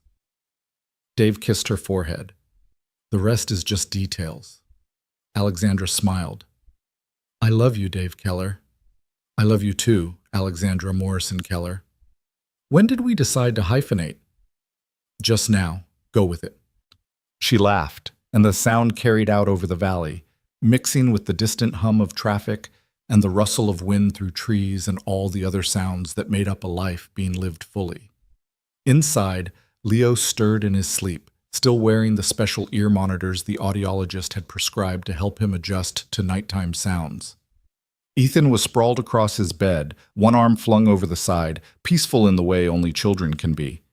And in her mother's womb, Hope Sarah Keller Morrison kicked for the first time, though it would be weeks before Alexandra could feel it. In Arizona, Marcus Rivera kissed his wife goodnight and thought about how grateful he was for second chances. In her modest apartment, Dr. Elizabeth Chen reviewed case files for the Foundation's next training session, determined to help other doctors avoid the mistakes she'd made. In Fresno, Sofia Gonzalez practiced her violin, the music clearer than it had ever been before. And in East Palo Alto, Maria watched her children sleep and whispered a prayer of thanks for the foundation that had saved her daughter's life. All of these lives, connected by a single moment when one man looked at one boy and chose to see him. Really see him. That was the real miracle. Not the bug that was found or the hearing that was restored, but the choice to care. The decision to act. The willingness to believe that one person really could make a difference. Dave stood up, offering his hand to Alexandra. "Come on, let's go to bed. Big day tomorrow." "What's tomorrow?" "The Oakland Clinic opens. And I promised Leo and Ethan they could help with the ribbon cutting. Of course you did. Alexandra took his hand and let him pull her to her feet. You know they're going to want to come to every single opening from now on. Good. They should. This is their legacy as much as ours. They walked inside together, checking on the boys one more time before retiring to their own room. And as Dave lay in the darkness next to his wife, listening to her breathing even out as she fell asleep, he thought about the journey that had brought him here, the pain of losing Sarah, the years of grief and guilt, the random chance that put him at the Morrison estate on the morning Leo collapsed, the courage it took to look beyond the obvious, the foundation they'd built, the family they'd become. It wasn't a fairy tale. There were still hard days, still moments of doubt, still times when the weight of the past felt overwhelming. But there was also joy, purpose, love, hope, and in the end, that was enough. More than enough. It was everything. Dave closed his eyes and let sleep take him, knowing that when he woke, there would be work to do, children to help, lives to change, a family to love. The sound of silence had given way to the sound of life, messy and beautiful and real, and he wouldn't trade it for anything in the world.